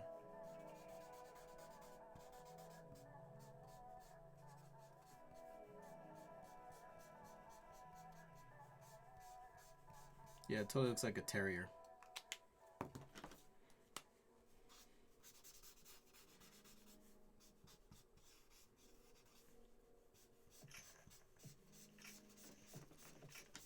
But I will make this sketch available as well on the Google Drive. I'm going to own it. This is my alpaca.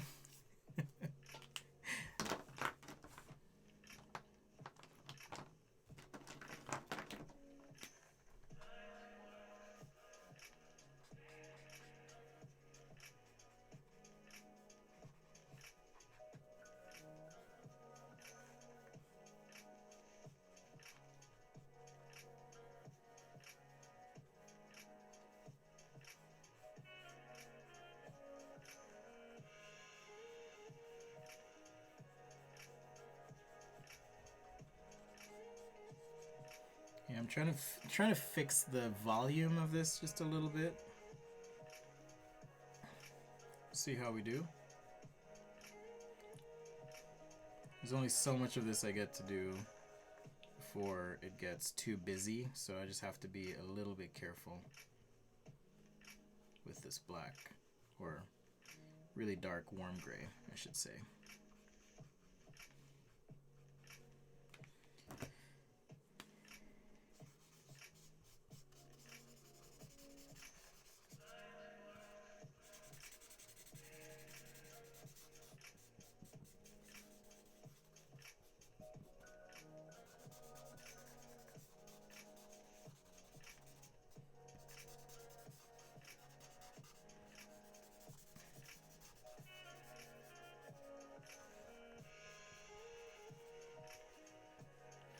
Well, it's some kind of animal, maybe not an alpaca, but it's something.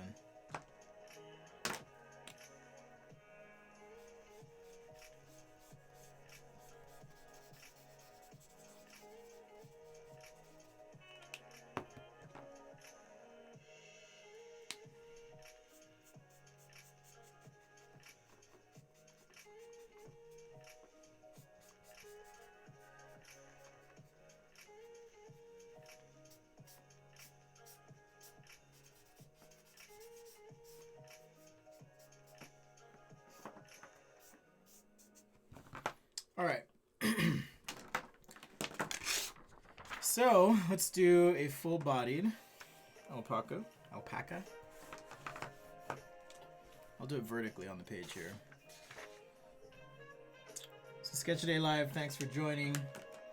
Oh, a dolphin. Yeah, I was gonna do a dolphin. Maybe we'll do it next time we do a nature day. So sorry. I forgot. Alright, so I'm just gonna lean on... I'll probably do an overlay of this one. But again, just kind of what I did initially with those gestures.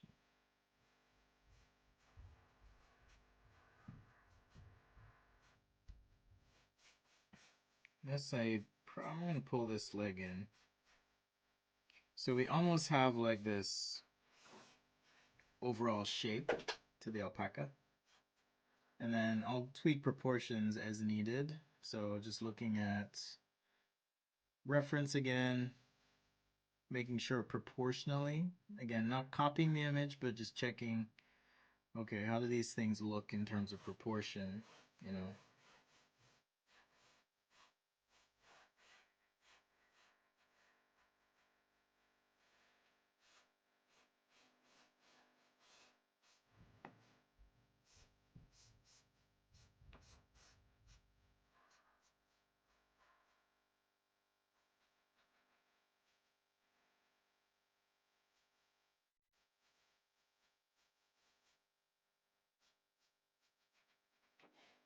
I swear they look like, they're creepy. They look like people, but not like people. So it's kind of hard. It's hard for me to even keep a straight face doing this.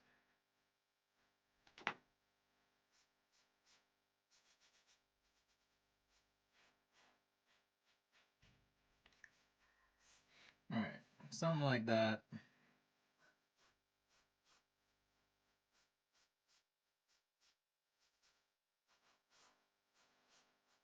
Maybe I can squeeze a dolphin in when, maybe.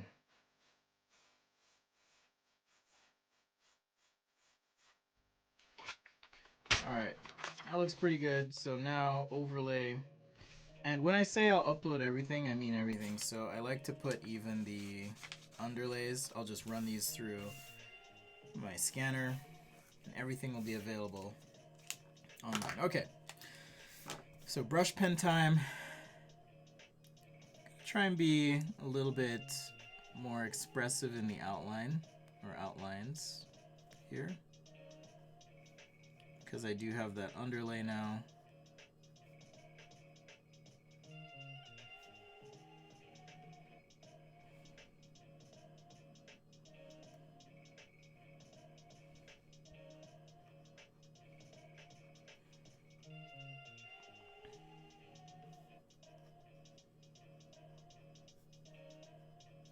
And just leave behind the under sketch and kind of have a more expressive line to everything. So something like this.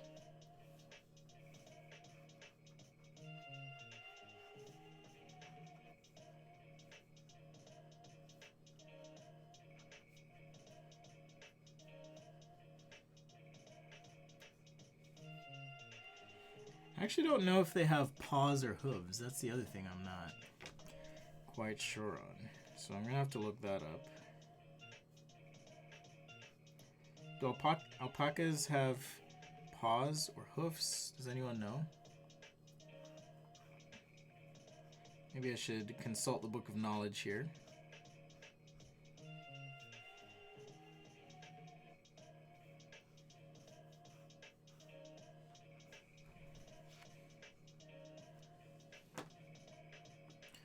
Or just, yeah, I'll just look it up. Alpaca foot. Oh, so they have a cloven foot, just bifurcated, meaning split into two. And maybe that's weird to look at, so we'll just keep it somewhat abstract.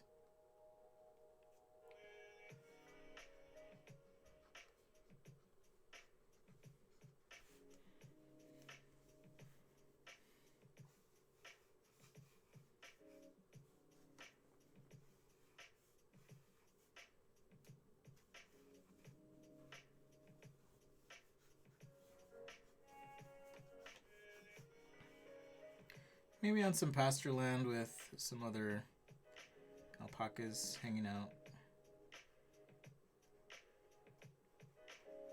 in the background for context. Maybe some sort of barn or farmhouse off in a distance.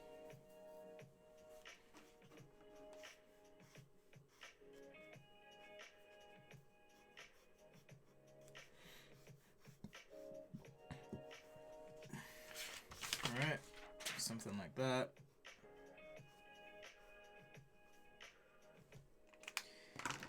And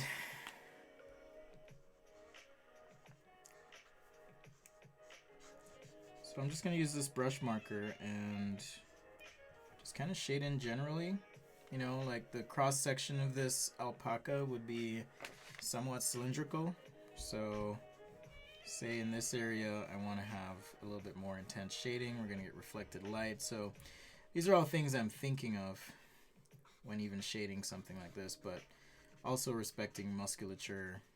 At least I'm no expert on that, but right where we have, you know, this leg meeting the body, for example, keeping that a little bit more shadowed. This back leg, I'll just shade that in.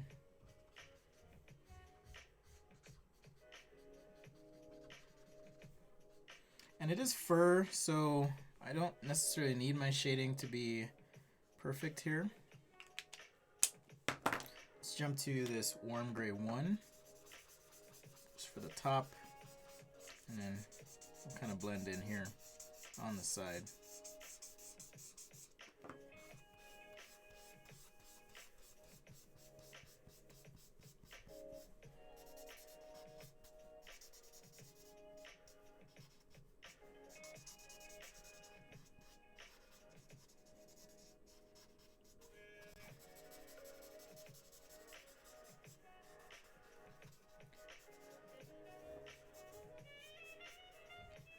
Alright, I think we can squeeze a dolphin in, so don't worry. And my apologies for not checking the chat. I'm just a little distracted here. This is Sketchaday Live. Thank you for joining. Thanks for being a part of this. This was super fun.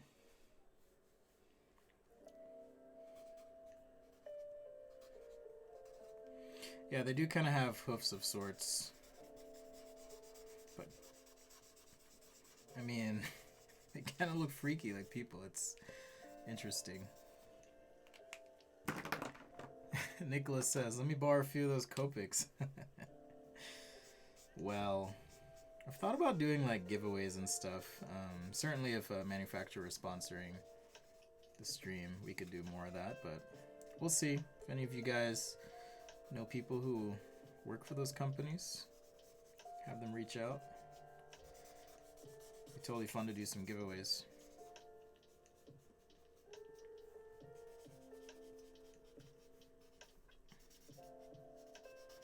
So again, just be sure to download or check out the Google Drive after the stream. Usually takes me about an hour just to kind of recover and get things uploaded, but I will. And then you can see the original sketch from the stream there. And it's usually a photo or like a high resolution scan. Just depends on how I'm feeling.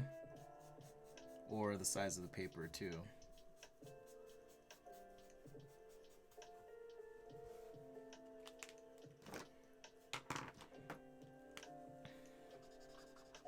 Oop.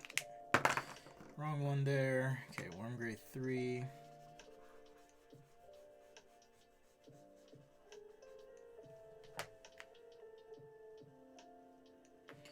Thank you, Remy. Remy made a contribution. I hope that's okay to call you out, but thank you. Through PayPal.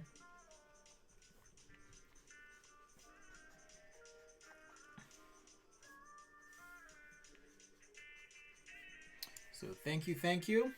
All right, let's get some just light grass tone in here, and then a little bit of a shadow. Call it good.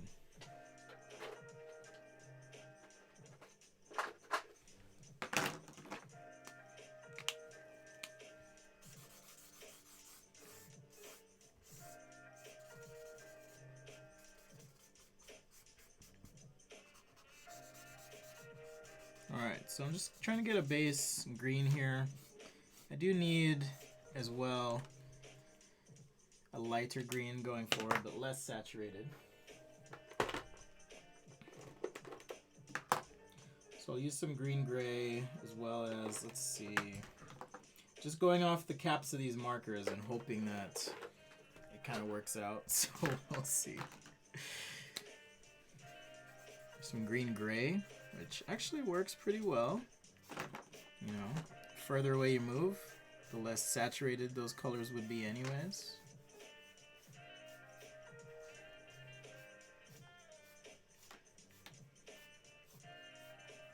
Alright, so I want to blend into these two.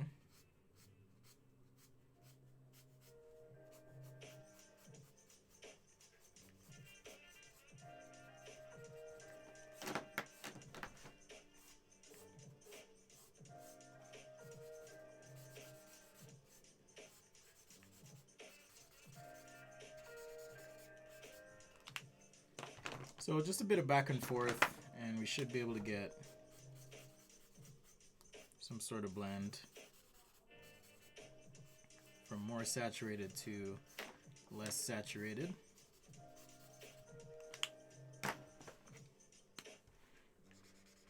Unless I'm losing my mind.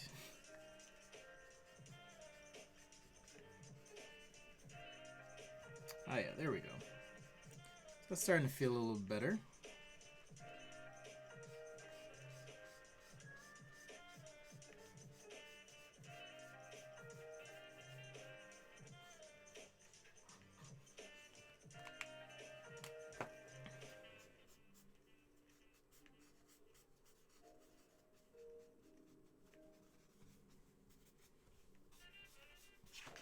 You know, even some of these grassy things here, just throw some of this in the front. It's kind of nice to not do products on the stream as well. So, Designberg says, did not expect to see a llama. Yeah, or alpaca. We're doing nature today by request, so that's why there's an alpaca here.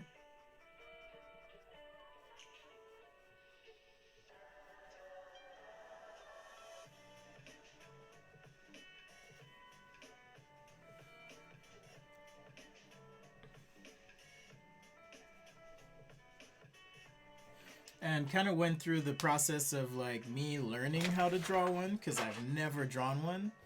So we went through this process, and then we did some heads, and I'm like, man, these look like dogs. And then we finally came to this point, and I think just to show you guys that it does take iteration. I don't just get up in the morning like, I can draw anything, let's do it. You have to kind of start with some observation first, and then when you have that information in your head, it's a lot easier to be able to sketch something. So if someone asked me to sketch a llama or an alpaca from now on, I'm like, yeah, I can probably do that. I've done it before, right? So that's kind of the point of this exercise, and I intentionally did not practice before the stream because I wanted to show you how I work. Plus it also saved me time. I didn't have to warm up before anything. Alright, let's get the shadow on the ground. And then we'll do a dolphin and call it good. And this will probably be the longest stream I've done in a while, so you're welcome.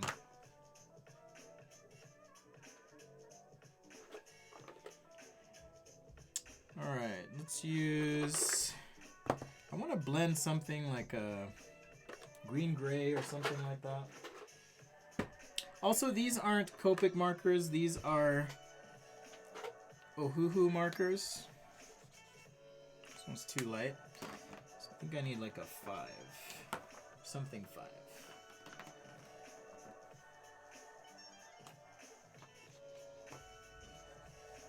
Yeah, that works. So I just wanted some shadow for the alpaca on the ground, but cool colors as shadows, general rule. Shadows will be more intense on the inside of the shadowed area than the outsides.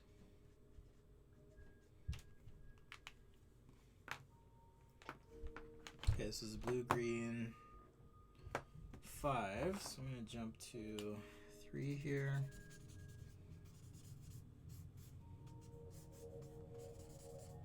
Just get some variation in the grass, just a little bit. And work on the outline. But it's feeling pretty good, so thanks again for the challenge. I think kind of got to a decent place here. I was a little concerned when I was doing those alpaca heads though. It's like, man, this is gonna be a rough one. But we pulled it out.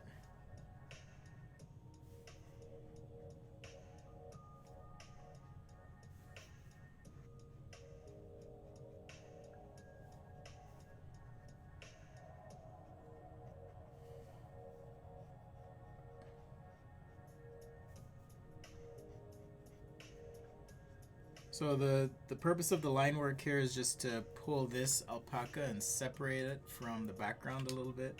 You can tell it's a little bit light on the underbelly here, so I'm going to go ahead and darken that up.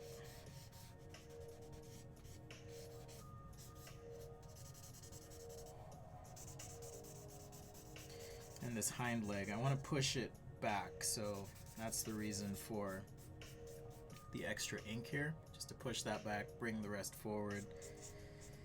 Reflected light's good, but by reflected light I mean just this rim or edge light, but at the same time it is a furry alpaca, so it's not going to be shiny, so you kind of want to watch out for that.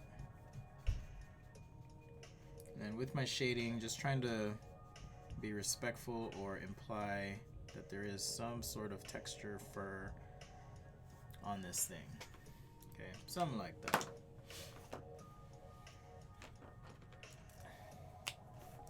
Since we've already been doing sky stuff, I'll just add a little sky tone here around the head.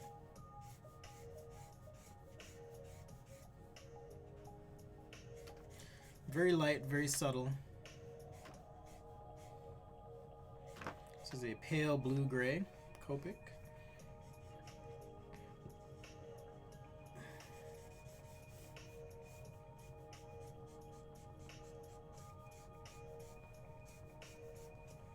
Alright, very subtle, but it's there. There's my alpaca. Alright, so that concludes the alpaca section. We had our alpaca dogs. The final development sketches. We did a set of orchids earlier, rocks, and trees. So if you missed part of this, definitely check out the rest of the stream. This is the nature show with your boy Ric Flair. Just kidding. With Black Ross, aka Spencer Nugent. Thank you. Okay, dolphin. So let's go and look up a dolphin. I'm only gonna do one of these, so just because I'm getting kind of tired here. So maybe I'm not ready for, some sort of 8-hour stream like I was suggesting. This is gonna look like a bird, I can already tell. Maybe. Okay, so dolphin. They have this like kind of crazy smile thing going on. My weird eye. Alright, and then fin. What does a dolphin fin look like? Okay, kind of like this. Don't worry, I'll fix the head. It looks weird right now. And the, is this the dorsal fin? Is that what that's called? Something like that. But again, here I'm really just thinking of, okay, if this is a cylinder, and then there's another cylinder here. So maybe there's a 2-cylinder plus sphere, and then, you know, something for the mouth there. And just trying to think of these shapes in a very basic way. So even the tail, you know, it might be something like that. So now I can go, okay, we have 1 cylinder there, 2, maybe it's a bit more bent. We have our sphere, mouth. And the reason for this is it looks like the forehead of the dolphin really just kind of dives down a bit. And then we have the eyes, fin, and tail. Okay. So using that structure, I think I can do a dolphin in whatever view. So if it were coming toward me, for example, and this is without reference now, and maybe that'll show in the sketch, but if it's coming toward me, right,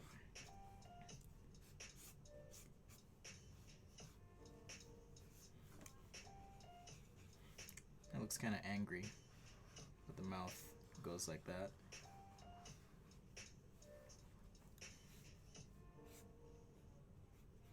And we have that dorsal fin. Okay. So maybe even starting with the head.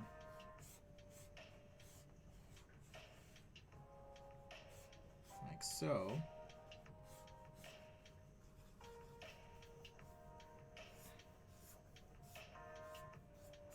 You know, what if the body is turning this way? Draw another. I don't even know if dolphins can bend this way, but we're just going to go with it.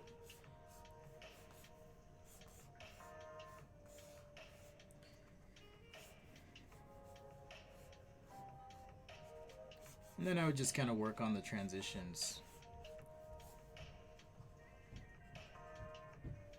Now, I do want to make sure the face, looks like there's more detail to the face of the dolphin, right? So as I'm doing this, you know, I'll try to pay a little bit closer attention to, you know, what's happening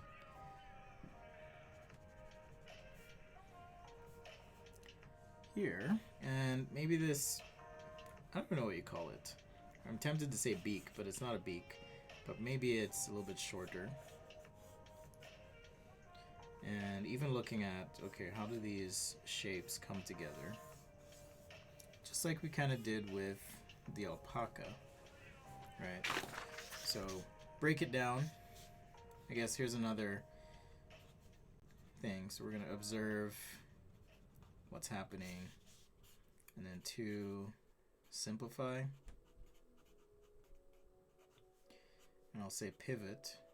So simplify and draw from a different perspective, point of view. And then, what should we say? Test / implement whatever schema you came up with. Right, so cylinder, triangle, sphere, right? These are the pieces to a dolphin, so to speak. And so now we can just have some fun. Obviously, depending on what the dolphin's doing. So if it's coming out of the water, for example, without looking at reference,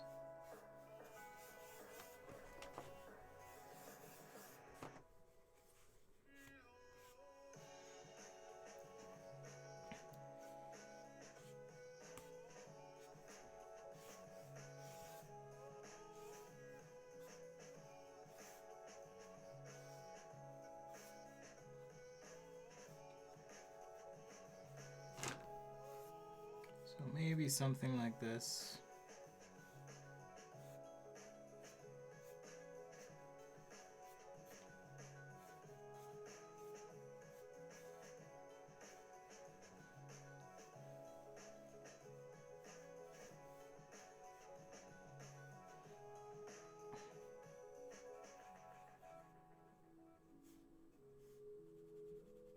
Let's go ahead and shade in the eye.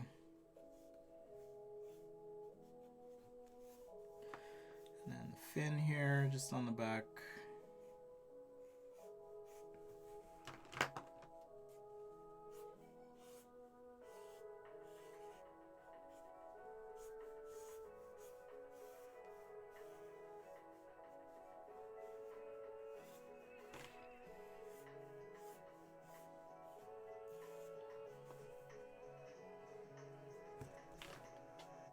Alright, so maybe something like that. Should we do another? No, let's not do another.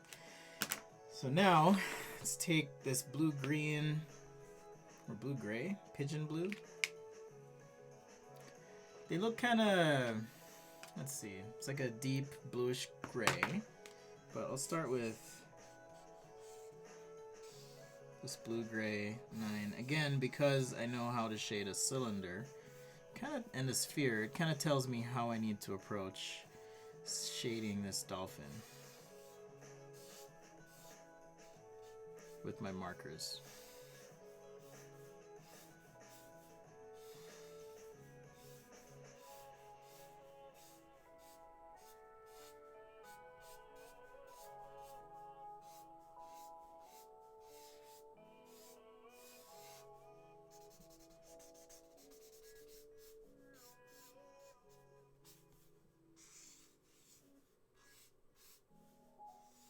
Alright, so maybe something like that.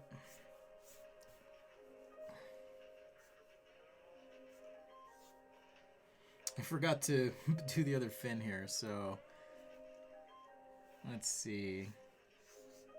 I'll just put in a little gimp fin in the background.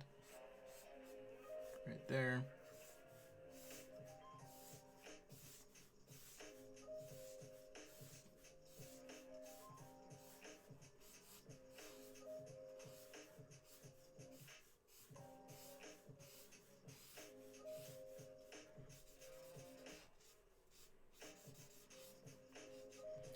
And I want to get a little darker on the top as well.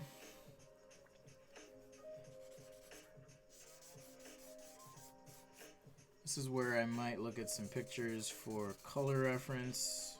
But again, not for, hey, how do I actually draw this thing?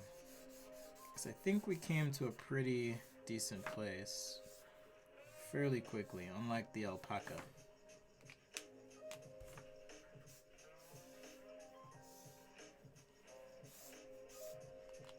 Alright, this is now a blue-green 5, so let's see how this, okay, that feels okay. So now I can use this as a secondary kind of value creator.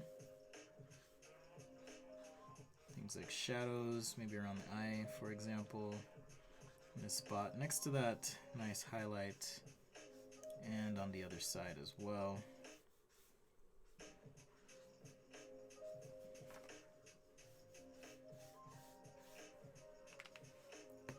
Just kind of keep working it.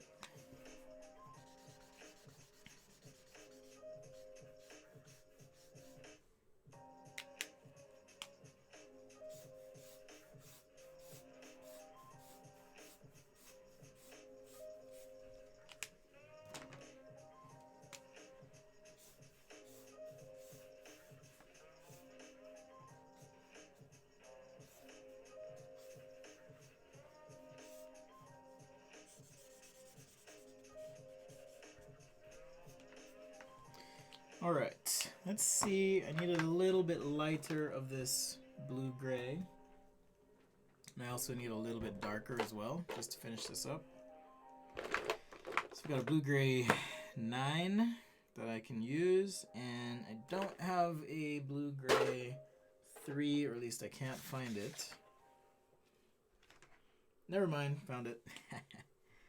So I can use this just to get those lighter values, help with blends, things like that. Just kind of help blend through here.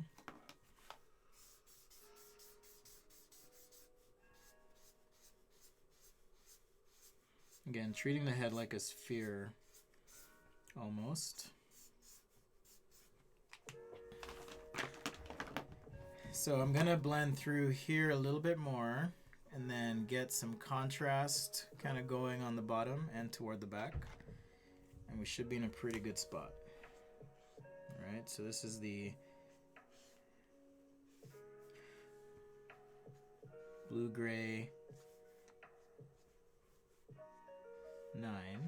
And I don't have a problem so much with this one where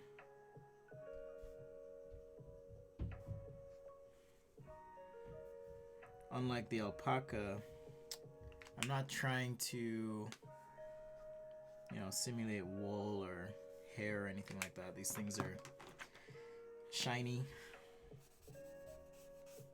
right? Just coming out of the water, so.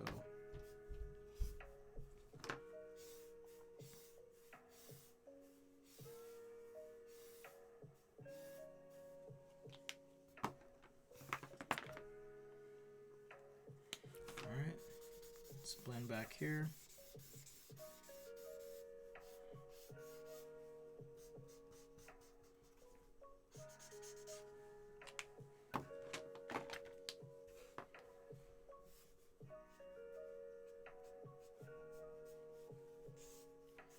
Hope you guys are having a great Friday. I am. Thanks again for the suggestions, contributions, donations, all of the good stuff.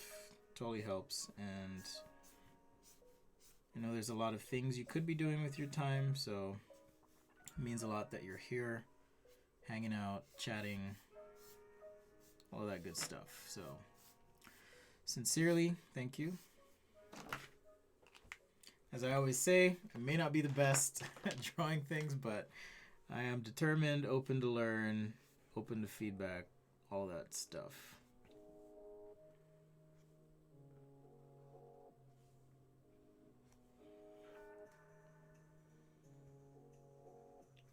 A little heavier outline on the bottom. I mean, maybe it's not even out of the water. Maybe it's just swimming in the ocean, which that would be an interesting one to try and render. I don't even know what that would look like right now, so I'm not even going to attempt it, because I don't want to mess this up.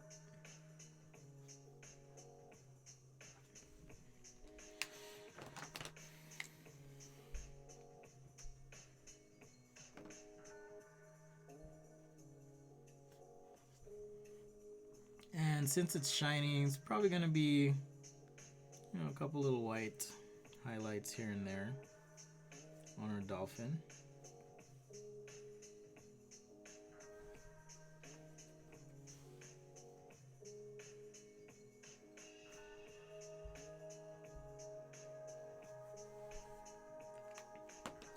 So that should help a little bit.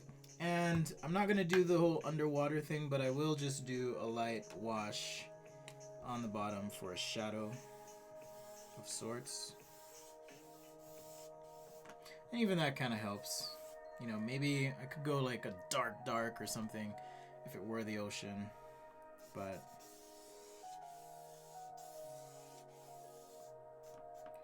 we'll just leave it like this for now. Okay, this needs to be darker. So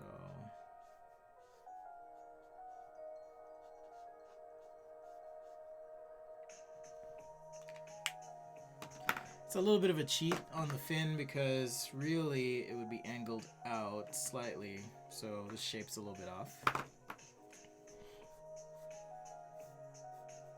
Well, that's okay.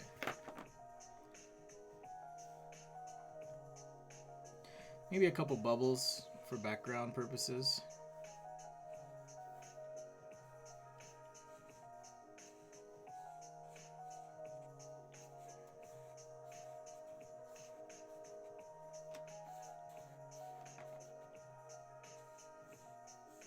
They probably don't hang out close to the bottom of the ocean, but whatevs. It's all good.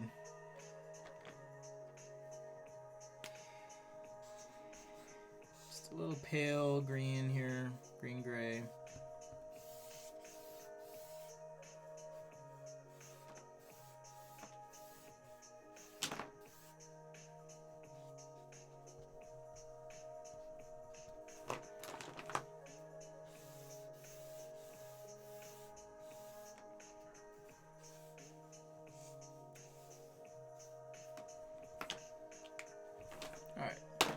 Maybe a little something like that. I think the background kind of messed it up, but hey, we're learning always. All right. Quick chat check-in. Thank you so much for watching and for being here. Thank you for the suggestions. Thank you for the ideas. Thank you for hanging out. Let's just do a quick recap. So we started out with drawing some rocks. Okay, so quick marker using cool and warm colors to show the landscape. Get these guys out of the way.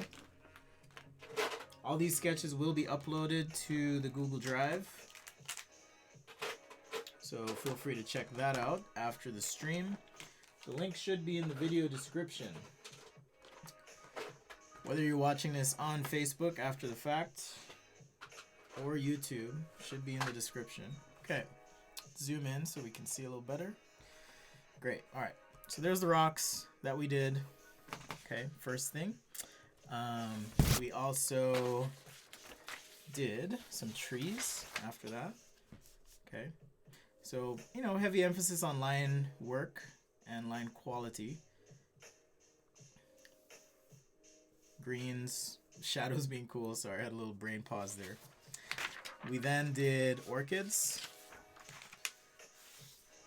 Okay, so kind of a 4-step process. Observe, pivot, and rotate the design. Try and understand it from a different perspective.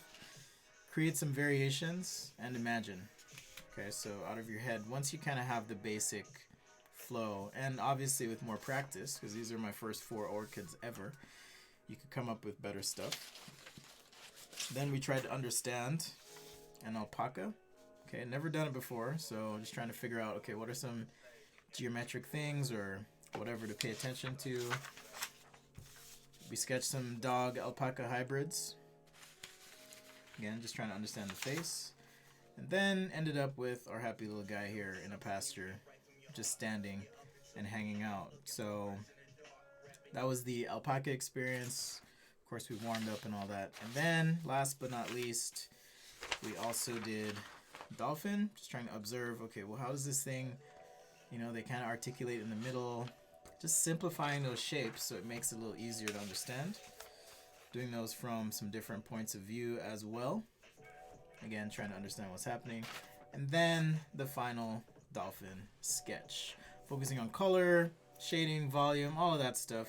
I probably should have gotten rid of some of these elements, but it's all good. We're just having fun, and we'll be doing this again. So, good question, Remy. When is the next episode? The best thing you can do is subscribe to the channel and turn on alerts. That's the little bell. If you tap that, you'll get a push notification email when I go live. But I'll be going live on Sunday around 11 or 12 Pacific. So just keep that time available if you want to watch. I sometimes have things going on, so I have to push the time back a little bit. And then we go live on Wednesdays, 4 or 5 p.m. I'm going to say 4 or 5 p.m. Pacific, again, depending on the day. And Fridays is always at 10 a.m. Pacific. Still trying to massage the other times, but Fridays at 10 Pacific, or sorry, 9 a.m. Pacific, 10 a.m. my time, but 9 a.m. Pacific. So that's when you can catch the shows. Thank you for the support. Thanks to my Patreons who have been supporting me over the last few months. I will be sending you your free brushes if you've been a Patreon for 2 months or more. I will send you a free set of my Procreate brushes, which is about a $20 value, $25 normally. And there'll be some more stuff coming out. I'm working on the blog, finishing out the website with resources for all of you guys, articles. So we're going full speed ahead, and totally appreciate all the support, donations. Thank you